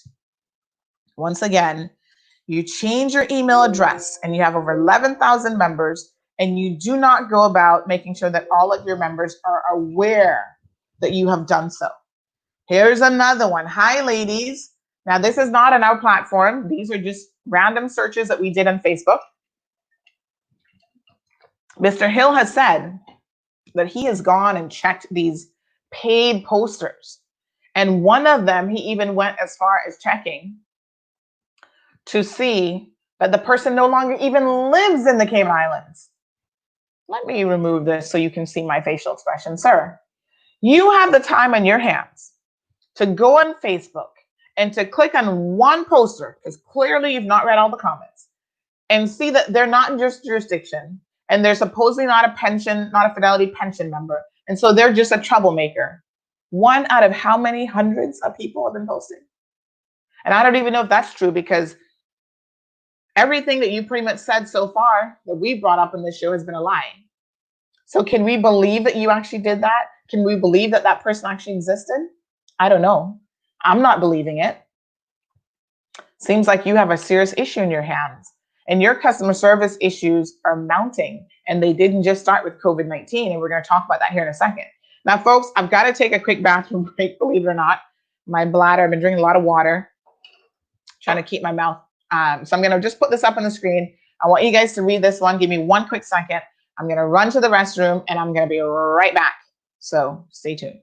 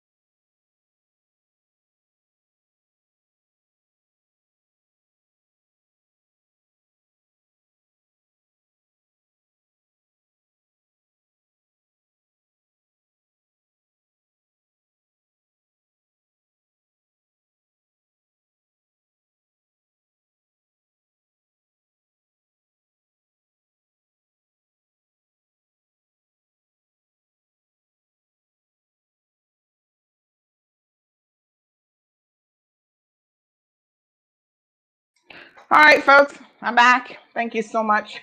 Sorry about that. I just couldn't hold it any longer. So here's another complaint. Hi, ladies. Pension inquiry. Is anyone trying to claim a pension payment through Fidelity and have actually received it? I sent the forms and received an email acknowledgement, which, by the way, this person should consider themselves fortunate. Now it's been 3 weeks and no word. They're supposed to say within 2 weeks if request has been approved or not, and they're not responding to follow-up emails. Curious to see if anyone has had any success. Let me tell you that this person, despite them thinking that they've not had any success, at least they received a response. There were so many people that received absolutely no response at all. Here's one of those. Not an acknowledgement of your email. The pension, this COVID-19 law says that they are supposed to, within 7 days, acknowledge receipt of your application. They are supposed to, within 14 days, tell you if it's been approved or not. And within 45 days, they are supposed to pay it out. They have met literally none of those markers for 99% of the people based on what I've seen. Here's another person posting in a group. Does anyone have a direct contact at Fidelity Pensions? I'm trying to assist someone who sent their application from May the 1st and no acknowledgement of email, nothing. And this was posted on June the 16th. So this was last week, Tuesday, before Friday, when this man is sitting there claiming that they've never had a PR issue and all of these posters are fake and they're being paid. Who's paying these people? Well, I know one thing. It's not us that's paying them, and I doubt it's Silver Thatch or anybody else. Here's another one. Mr. Whitaker says, anyone getting through with their pensions from Fidelity? It's been a month and I've not heard a word. That was June 9th at 9:07 a.m. He still hasn't heard a word, by the way. I think we did this one already. May 10th. There's more. Anyone getting through with their pensions from Fidelity? It's been a month and I haven't heard a word. I think that was a duplication. My apologies. Okay, check this one out. This was early on. Someone sent them an email. They responded. Someone at Fidelity responded, and this is what they said. As we have hundreds of emails, it will be several days before your statement will be available. So this was someone who was trying to get their statement. So again, Mr. Hill claims that having 3 employees is sufficient enough. And that is a bold-faced lie, because right here, his employees are responding to people basically saying that they cannot provide good customer service because they are inundated with hundreds of emails. They can't even get you your statement. And I want to break down something that Mr. Hill said about statement, these NAV statements and so on here in a minute, because there's some problems with that. But they can't even get you your statement. Our apologies, but we cannot work 24 hours a day. Okay. Oh, sorry. My sinuses are starting to act up a little bit. So we cannot work 24 hours a day. I don't know how many hours they're working, but according to Mr. Hill, he pays his staff. They are good payers, he said. They pay their staff very well. We're going to talk about that here in a second. We cannot work 24 hours a day. And we have other responsibilities, as I think they meant to say, as well. What? Other responsibilities? So you work in pensions and pensions isn't your only responsibility? Getting someone their statement isn't your only responsibility? I'm confused here, folks. You have other responsibilities? Fidelity is making you do other stuff other than pensions, and there's only 3 people in pensions? Fidelity, get yourselves together, please. You're looking very, very poor today. Another one. Oh, my apologies. We read that one already. That was about mortgages. Now, what you guys do not know is that there was a woman who reached out to us here at Cayman Marl Road. Again, despite what this man is wanting to claim, we are trying to help Fidelity. So this woman reaches out to us. Let me see if I can find the original message here. By WhatsApp. And she tells us the story of how she has a mortgage that has been approved with, I believe it's Scotiabank. And she is trying to get her pension payout from Fidelity. I'm going to pull up her name here.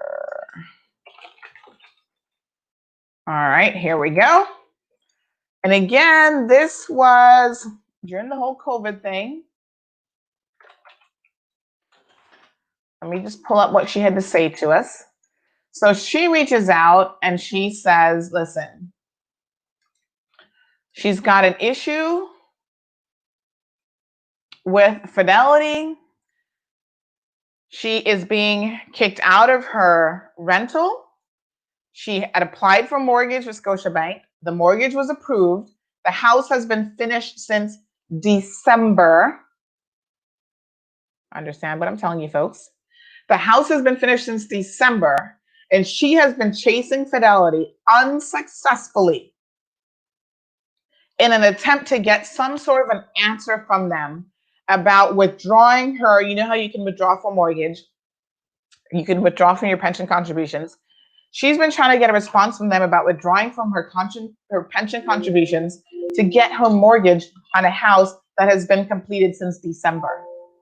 So she has been paying rent and is now, during COVID-19, about to be evicted out of that premise. A house is completed, mortgage approved, and Fidelity is holding up the process because they have not yet responded to her about a payout. But yet Mr. Hill, Mr. Brett Hill, could stand in the Legislative Assembly, could sit in the Legislative Assembly and lie to Mr. Saunders that they have never had any PR issues before. Mr. Brett, in the words of the famous, what's the man's name? Give me a second here. You guys know what I'm talking about. Our friend there on air. That was a lie. That was a lie. That was a lie.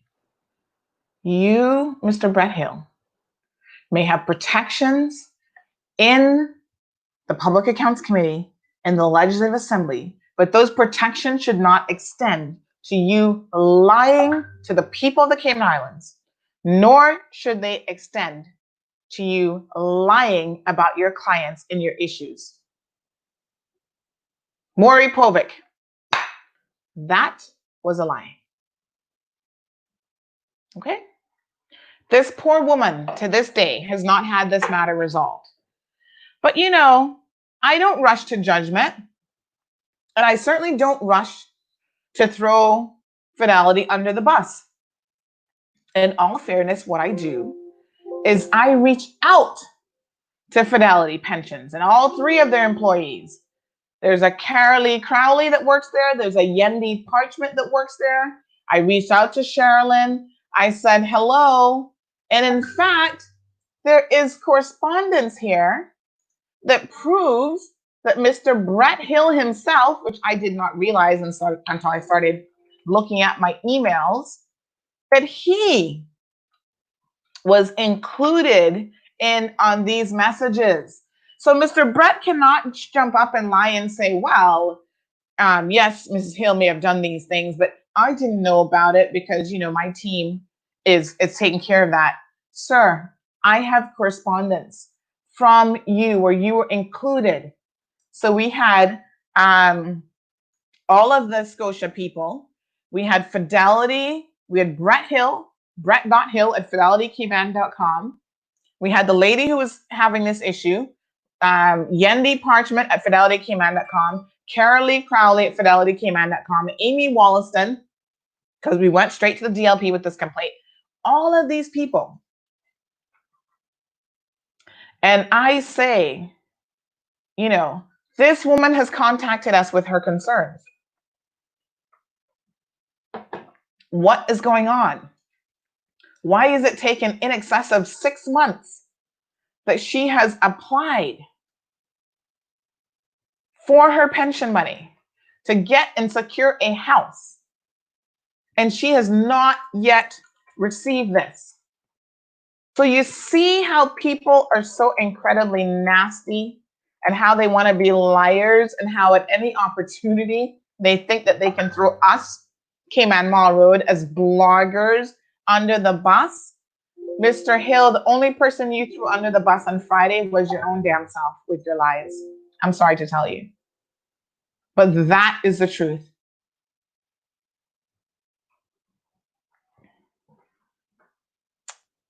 On Friday, he made some comments that really disturbed me. And I cannot tell you. Somebody else just messaged me. Hi, Miss Sandy, can you send me the BritKit email address? Listen to me. He said that you guys are going to go out there and spend your pension money buying 70-inch TVs. Now, a couple of things wrong with that. Number one, what you spend your pension money on is technically your business and not his. His reason for being there and his concern should not be to tell the Legislative Assembly what he thinks of you, which I think he was pretty clear what he thought of us. And you know what was so funny was when he said, you know, the people in the Cayman Islands are going to go out there and spend their money on 70-inch. Oh, and when I say the people of the Cayman Islands, I don't mean Caymanians. Well, sir, who else are you talking about? Of course you meant Caymanians, but after it came out of your mouth, you must have realized how arrogant you sounded and what a jackass you sounded like. And so then you're like, well, I don't mean Caymanians. But you know, the truth has a way of seeping out of our mouths, even when we seek to deceive. Because later on, in this exact same session, you go on to say that first you claim you're not talking about Caymanians. Sorry. Then you go on to say that when people withdraw their pension money,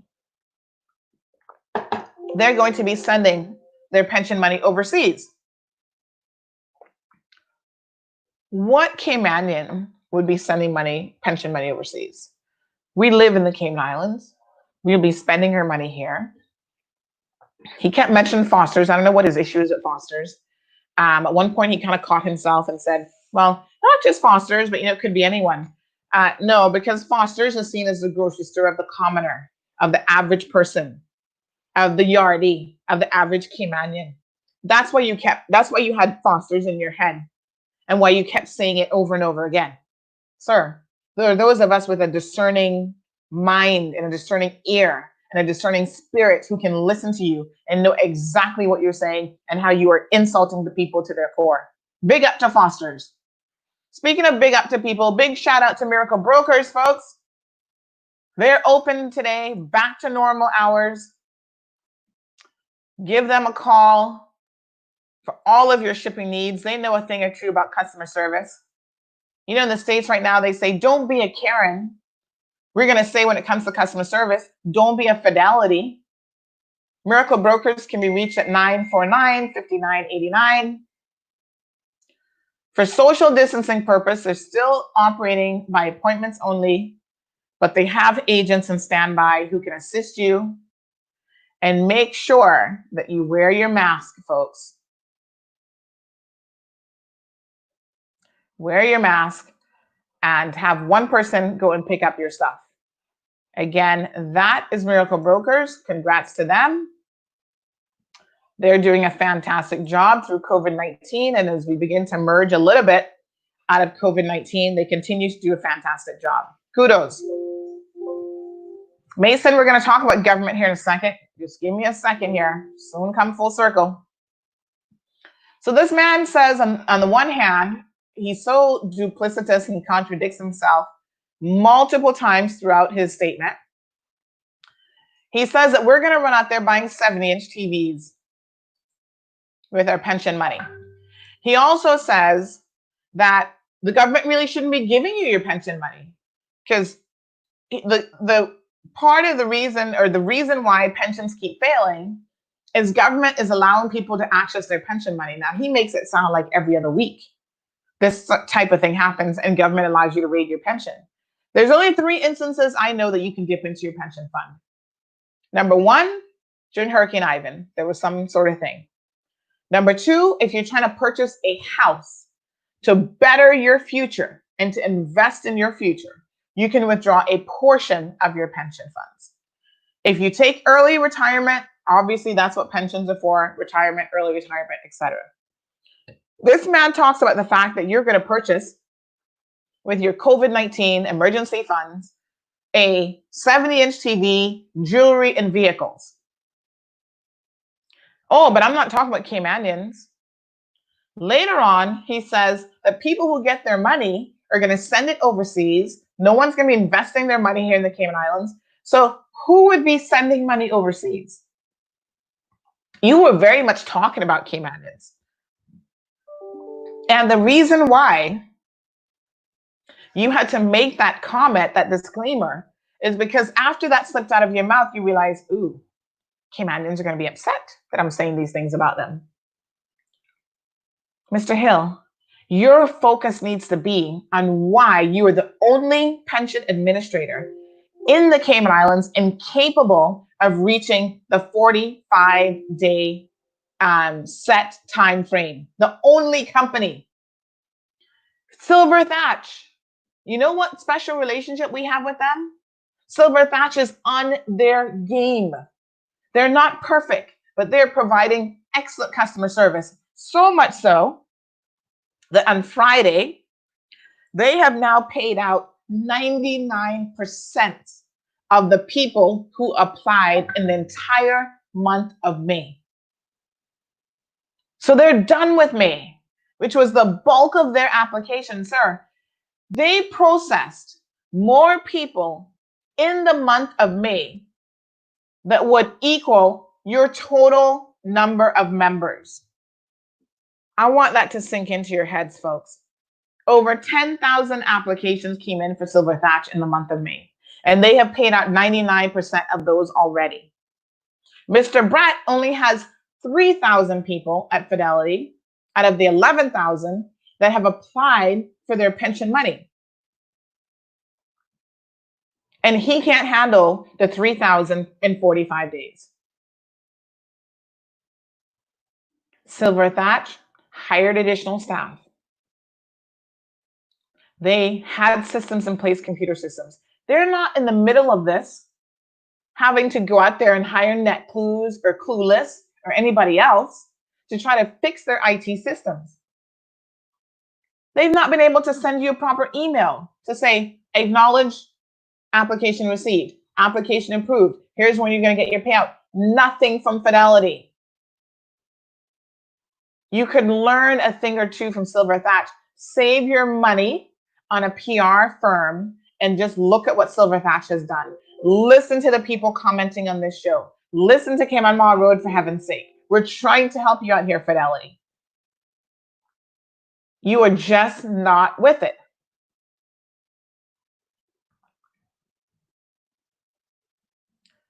In addition to that, he turns around and talks about how his Fidelity staff, apparently all of them, all 3 of them, I guess. I think he met everyone in the organization because he did mention over 50 people. All of them, despite being paid so well by him, which I question, are dipping into their pension. And oh, but why would they want to do that? Because none of them have lost their jobs. I've still been paying them. They're working from home and I'm paying them a full salary. Mr. Hill, have you ever even spoken to your staff? He accuses them of living paycheck to paycheck. Well, most people in the Cayman Islands live paycheck to paycheck. Some of that is of their own making. Some of that is because we live in the most expensive place, one of the most expensive places in the world.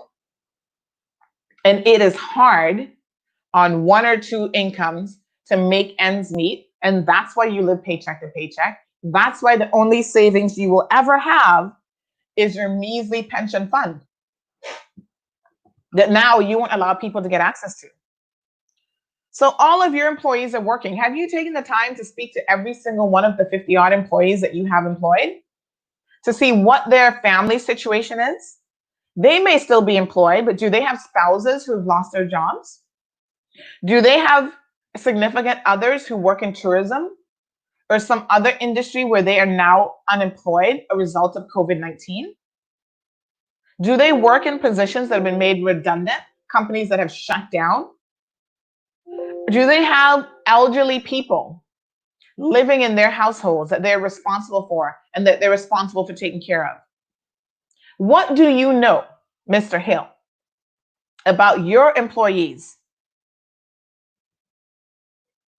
and their personal situations that makes you feel so comfortable about throwing them under the bus, about how they're living paycheck to paycheck? Oh, I know. He says, I know my employees very, very well. Do you really? If you saw that your employees were living paycheck to paycheck, have you ever offered them a financial planning course for free, complimentary on Fidelity? Here is how to budget more.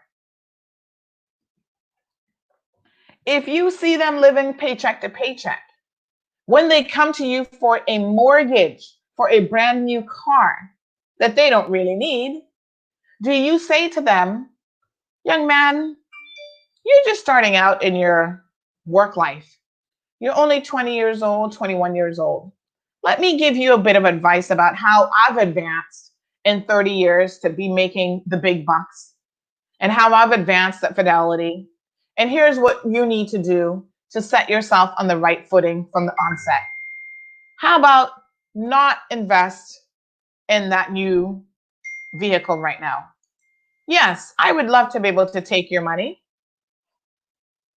but let's not do that. Okay? Don't take out the loan with this exorbitant interest rate that's going to take you 5 to 7 years to pay back, and we're going to triple or quadruple our money that we make from you. Invest in a piece of land, young man. Invest in stocks. Let me show you about stocks and bonds. How much of that have you ever done? You know, the rich and and I don't want to make this about finances because there's a lot of rich people who play their part and they understand. But this pompous attitude, this self-entitlement, and this just arrogance of how you speak to people and the things that you've said about the people of the Cayman Islands, about your employees, really turned my stomach when I had to listen to you address the Public Accounts Committee. It is disgusting, Mr. Hill, and you need to take a strong look in the mirror at yourself. You're talking about the fact that you've received death threats or some kind of threats. I don't know if it's death or otherwise. You claim these highfalutin lawyers are calling you, wanting their money as well. Well, if you have received threats, could it be because of your attitude? Why people would threaten you? Because I don't know who's going to threaten you. People just want their money. So your staff are accessing their pension funds, and somehow you felt that that was necessary to try to air their dirty laundry. Oh, well, they're all being paid and they're all living paycheck to paycheck. Maybe they haven't had the opportunities that you have had to move up the ranks unencumbered and to get all of these advances and probably having the company pay your car payment, the company paying your mortgage, the company probably brought all of your family here on the company's paycheck.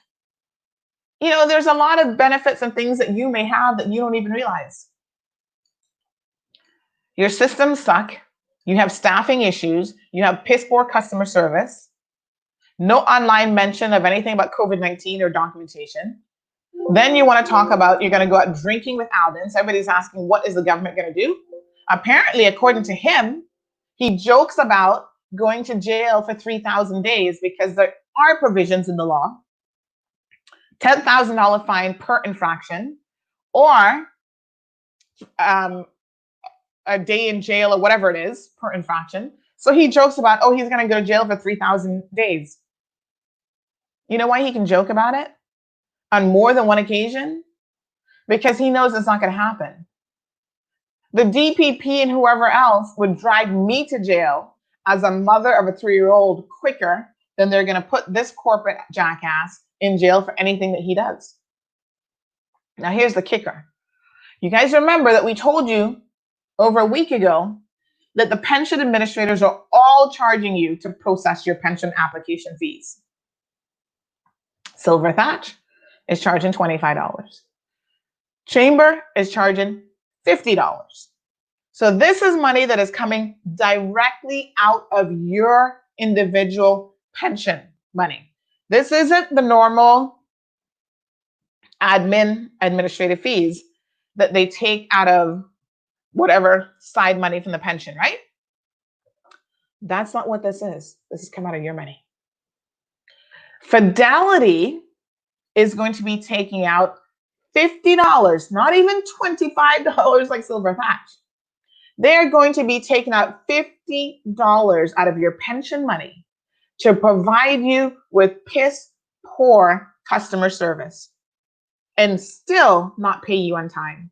This man claims that he told Alvin and a bunch of them that he needed 60 days to process your application because it takes 3 to 4 weeks to receive a NAV report, and then he can't turn around and do that in a day and issue a check. He is a liar. It doesn't take that long. And if it does, there's something wrong with the systems that they have in place. How is it that everyone else can do it but Fidelity? By the 4th of June, or potentially even earlier, Silver Thatch could confirm that I know for sure it was by the 4th, that they have already received the NAV reports, the statements for the month of May. So days after May has ended, Silver Thatch was running those reports, running the batches, getting statements ready, uploading them to your online portal so you can go and view them. So it is almost done. I wouldn't say in absolute real time, but it is almost done in a real-time system. Yet Mr. Brett Hill is going to sit down in the Legislative Assembly and tell them that he needs 3 to 4 weeks to receive these reports. And there are members of the Legislative Assembly who's like, yes, well, the government should have listened to you. They should have given you 60 days. How does it become emergency funds if you need 60 days to process somebody's application?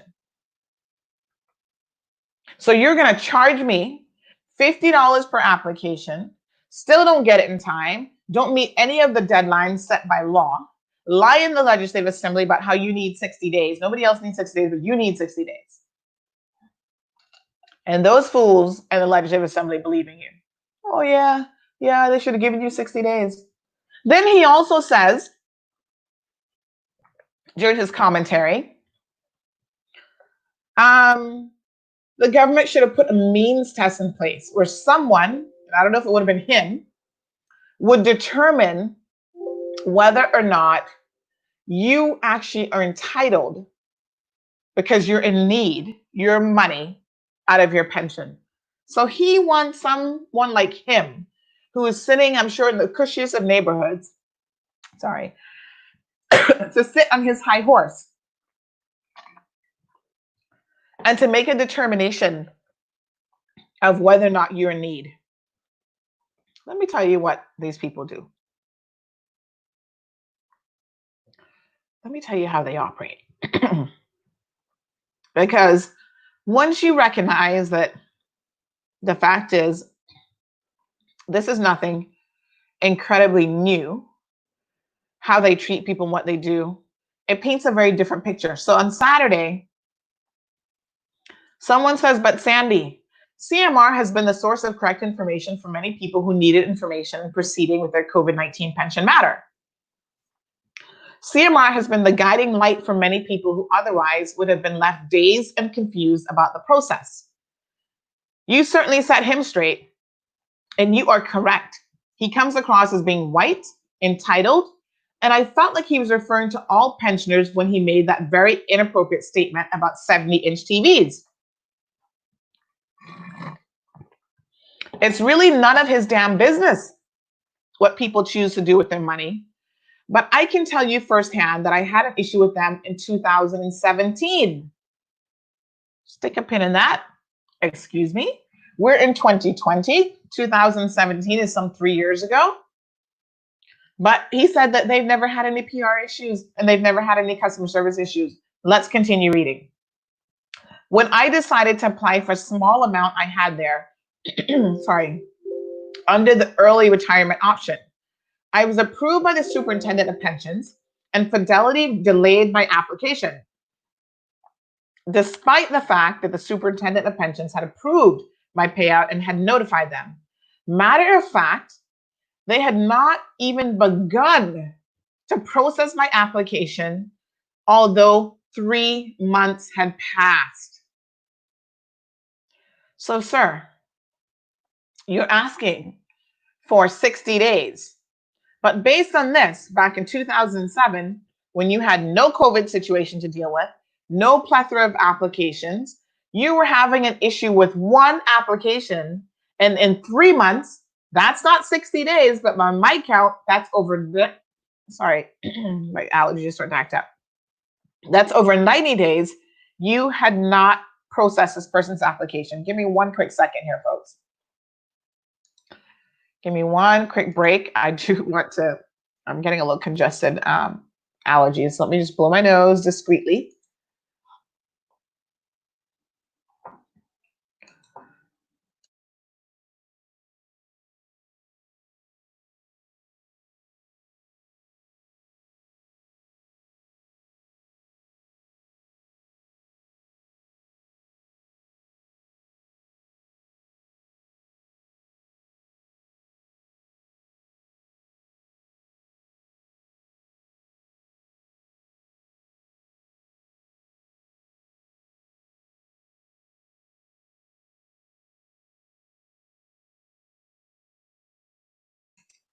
My apologies. Sometimes allergies like literally start in the middle of the show. I got a little rubbing alcohol here. I'm old folks.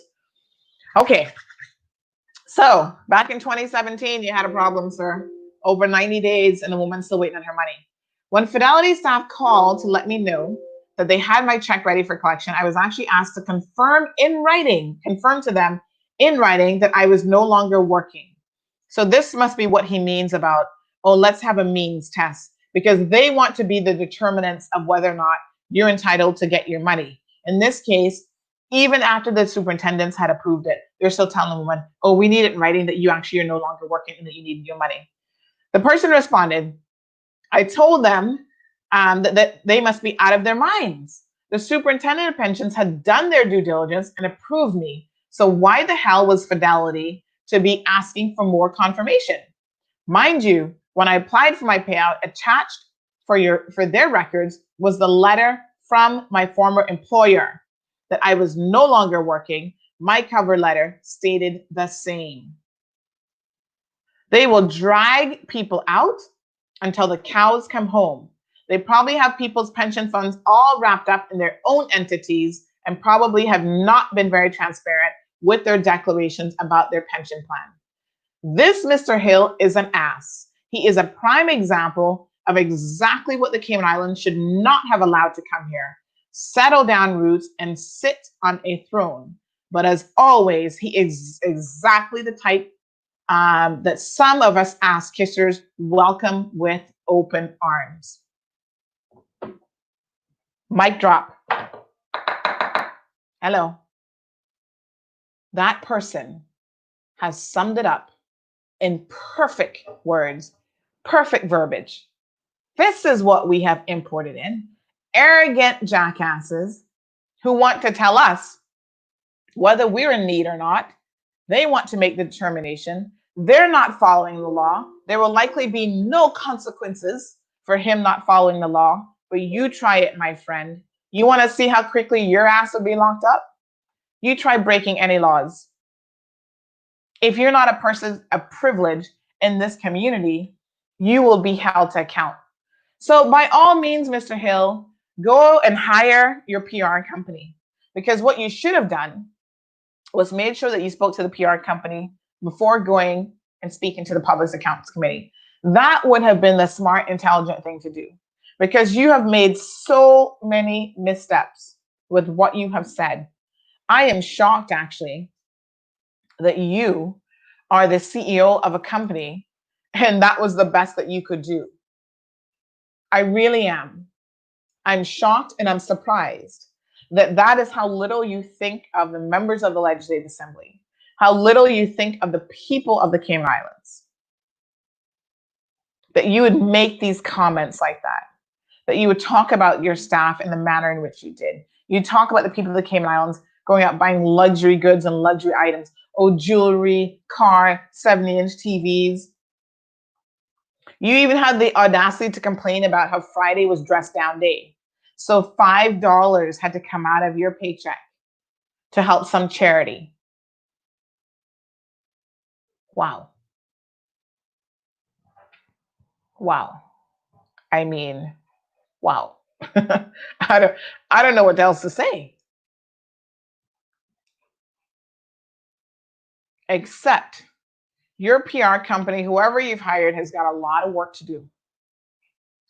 And the truth of the matter is, if I had a pension plan with Fidelity, if I had any business with Fidelity, I would seriously be reconsidering all of my options this morning.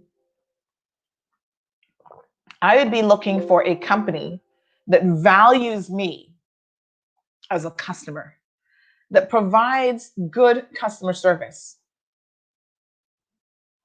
that is going to obey the laws. Because if you can't obey the emergency COVID pension law when people really need their money, who knows what other laws you may be ignoring? Who knows? I mean, I don't know. What else are you doing? The disrespect is amazing. One final comment, and my apologies for not being able to get to all of your comments this morning. I see there's over 400 of them. This one says, good morning. The right verbiage is that if you're not white on this island, you will not get away with anything. This is a fact. Racism exists in the Cayman Islands and no one wants to talk about it. We've been talking about it. I don't know if you guys have been paying attention, but we spent over a week talking about it. His comments is a prime example of plantation mentality. You can't do for yourself, so I have to tell you how to do it. Thank you for that comment, because in fact, over the weekend, someone said to me, when he's talking about his staff or living paycheck to paycheck, and it's like he's doing them a favor by paying them a good salary. Someone said to me, the slave owner never appreciates, so the slave master never appreciates the fact that what they are doing to the slaves is unconscionable. They always think that they're treating the slaves right, that they're treating them good. Have you ever heard of a plantation owner or slave master like, yeah, I treat my slaves poorly. I beat them, I rape them, I do whatever, treat them like shit, all this kind of stuff. No. They're always like, oh no, I treat my slaves good. I allow them to only work a 15-hour day instead of 20 hours. I don't give them 50 lashes. I only give them 25. Yes, I let the children, play in the mud or whatever. You know what I'm saying? That's the mentality of colonialism. That's the mentality of these people. And listen, it's not just the poor folks like you and I who are sitting here looking at this dude thinking, what the hell is he trying to say? Money people who are well aware of his predicament had the following to say. No PR company is going to save you from yourself. Mr. Hill, pay attention. Every now and then, people let their guard down and they show you who they really are. and what they think of you. When this happens, believe them. He's basically telling an entire community and his customers who have supported him over the years and made him successful that they are a bunch of dumb people incapable of making smart decisions. Not even realizing the irony of the fact that those same dumb customers made a financial decision to choose Fidelity years ago. Total lack of self-awareness. Their opinion, and again, they're in the financial services industry, he just didn't commit the resources necessary to do what he needed to do. The law applies to him too, and the time for debate is over once the government makes a decision. Jeff Webb is no longer around to give the preferential treatment that he's accustomed to. It can be done. You just need to put in the effort. His customers have always backed him over the years, and he only needed to do this one thing during the crises, and he failed. Lots of people out there looking for work. He could have hired and trained them. People have come together. He could have reached out to others in the industry. And he did mention this, funny enough, about how during Hurricane Ivan, some of the other pension companies, they came together. Did he ask for any help this time around? No. He didn't get anyone to assist him. And I know for a fact that Silver Thatch has responded to over 31,000 inquiries. So they may have only had 11,000 plus people seeking to access their pension funds so far. You still got to October, but they have responded to over 31,000 inquiries, emails, phone calls, blah, blah, blah. They would know that because they have the systems in place to trace that type of information and to know the level of customer support and customer service that they are able to give to people. So, Mr. Hill, in the final analysis, Britt K, pay attention because we received so many complaints about you. I guess we'll have to do a show on you as well. In the final analysis, sir, you have failed. And you have failed miserably with this COVID-19 emergency payout. And you should not be able to walk away from this unscathed. Two things I would suggest the government do. Number one, you shouldn't be able to charge the $50 fee to process applications. That should only have been permitted if you were going to actually make the 45-day deadline. You have said that that's not going to happen. You will not be making a deadline. You'll pay out by the end of the month, which means there'll be a ton of people who would have received their money late. No one should have to pay for poor customer service. No one. And so this $25 fee that the government agreed that the pension companies could take out and could charge should have been, and I hope it was, incumbent solely on the basis that you actually held up your end of the bargain. Since you haven't, take out not a single dime from people's money. The second thing is the Department of Labor and Pensions needs to put you in jail. If it was me or anybody else who ran afoul of any legislation like you have with this one, and you pretty much said all 3,000 people ain't getting their money on time, fine you? You want to talk about Northward? Maybe you need a visit to Northward to really appreciate the plight of the common person. Not what you think in your head is the plight of people who are living paycheck to paycheck. Go to Northward.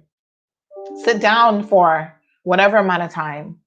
Talk to some of those people and get a reality check on what is going on in this community.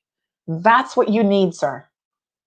You are woefully disconnected from the entire situation in this country. There's Amy's email address, some of you asking for it. Email Amy, Department of Labor and Pensions, complain to her, contact your MLAs, folks, every single one of them. Alden McLaughlin, he doesn't need to go have a drink with this man. Ezra Miller, Chris Saunders, Alva Saku, Kenneth Bryan, whoever your MLAs are, Mr. McTaggart, reach out to every single one of them and say you want this law that they spent time and they thought about and they put in place for a reason. They put 7 days, 14 days, 45 days for a reason. Ask them, please, to enforce the law. It would be enforced against anybody else. Mr. Brent Hill, you do not get a pass. You have failed. And in your failure, instead of you just man it up 100% and taking responsibility for your failures, you come after poor little me, Sandy Hill, another Hill, and try to attack CMR, right? Try to attack the people, accuse them of being paid, of creating fake accounts, of all of that. I mean, the audacity of it all, to be quite frank, is very, very shocking. I am not impressed. The people of this country are not impressed with your level of service. You may have thought that you do not have an issue with customer service, but I can tell you, you have a humongous issue with customer service. So much so that we reserve a special kind of song for people like you. And I'm going to play that song today. Special dedication. Because I can assure you that there are very few instances when I've had to sit here and do this program, knowing that, you know, you're going to be calling out someone for their duplicitousness, for their lies, for the, you know, the whole 9 yards of it. But unfortunately, sir, you have fallen into that category. You have failed your people. My gavel is out today. The verdict in your case is you have failed the people of the Cayman Islands. On Thursday evening, before I saw your comments on Friday, I gave you an F++. Now, plus mean you're failing, but maybe you're trying some kind of way. Today, you have been demoted to an F-. No plus for you, sir. No plus for you.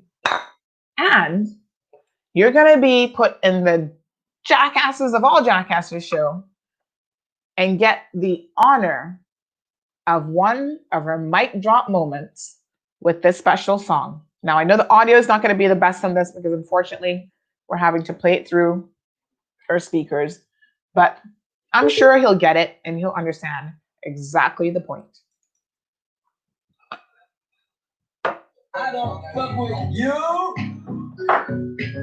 You little stupid ass bitch, I ain't fucking with you. You look dumb ass bitch, I ain't fucking with you. I got a million trillion things I'd rather fucking do than to be fucking with you. Little stupid ass, I don't give a fuck, I don't give a fuck, I don't give a fuck, bitch, I don't fuck with you. You little stupid ass bitch, I ain't fucking with you. I got a million trillion things I'd rather fucking do than to be fucking with you. Little stupid ass, I don't give a fuck, I don't give a fuck, I don't give a fuck, bitch. I don't give a fuck about you or anything that you do. Don't give a fuck about you or anything that you do. I don't give a fuck, I don't give a fuck, I don't give a fuck, bitch. I don't give a fuck about you or anything that you do. I don't fuck with you. You little stupid ass bitch, I ain't fucking with you. You look dumb ass bitch, I ain't fucking with you. I got a million trillion things I'd rather fucking do than to be fucking with you. Little stupid ass, I don't give a fuck, I don't give a fuck, I don't give a fuck, bitch. I don't fuck with you. You little stupid ass bitch, I ain't fucking with you. I got a million trillion things I'd rather fucking do than to be fucking with you. Little stupid ass, I don't give a fuck, I don't give a fuck, I don't I don't give a fuck about you or anything that you do. Don't give a fuck about you or anything that you do. I don't give a fuck. I don't give a fuck. I don't give a fuck, bitch. I don't give a fuck about you or anything that you do.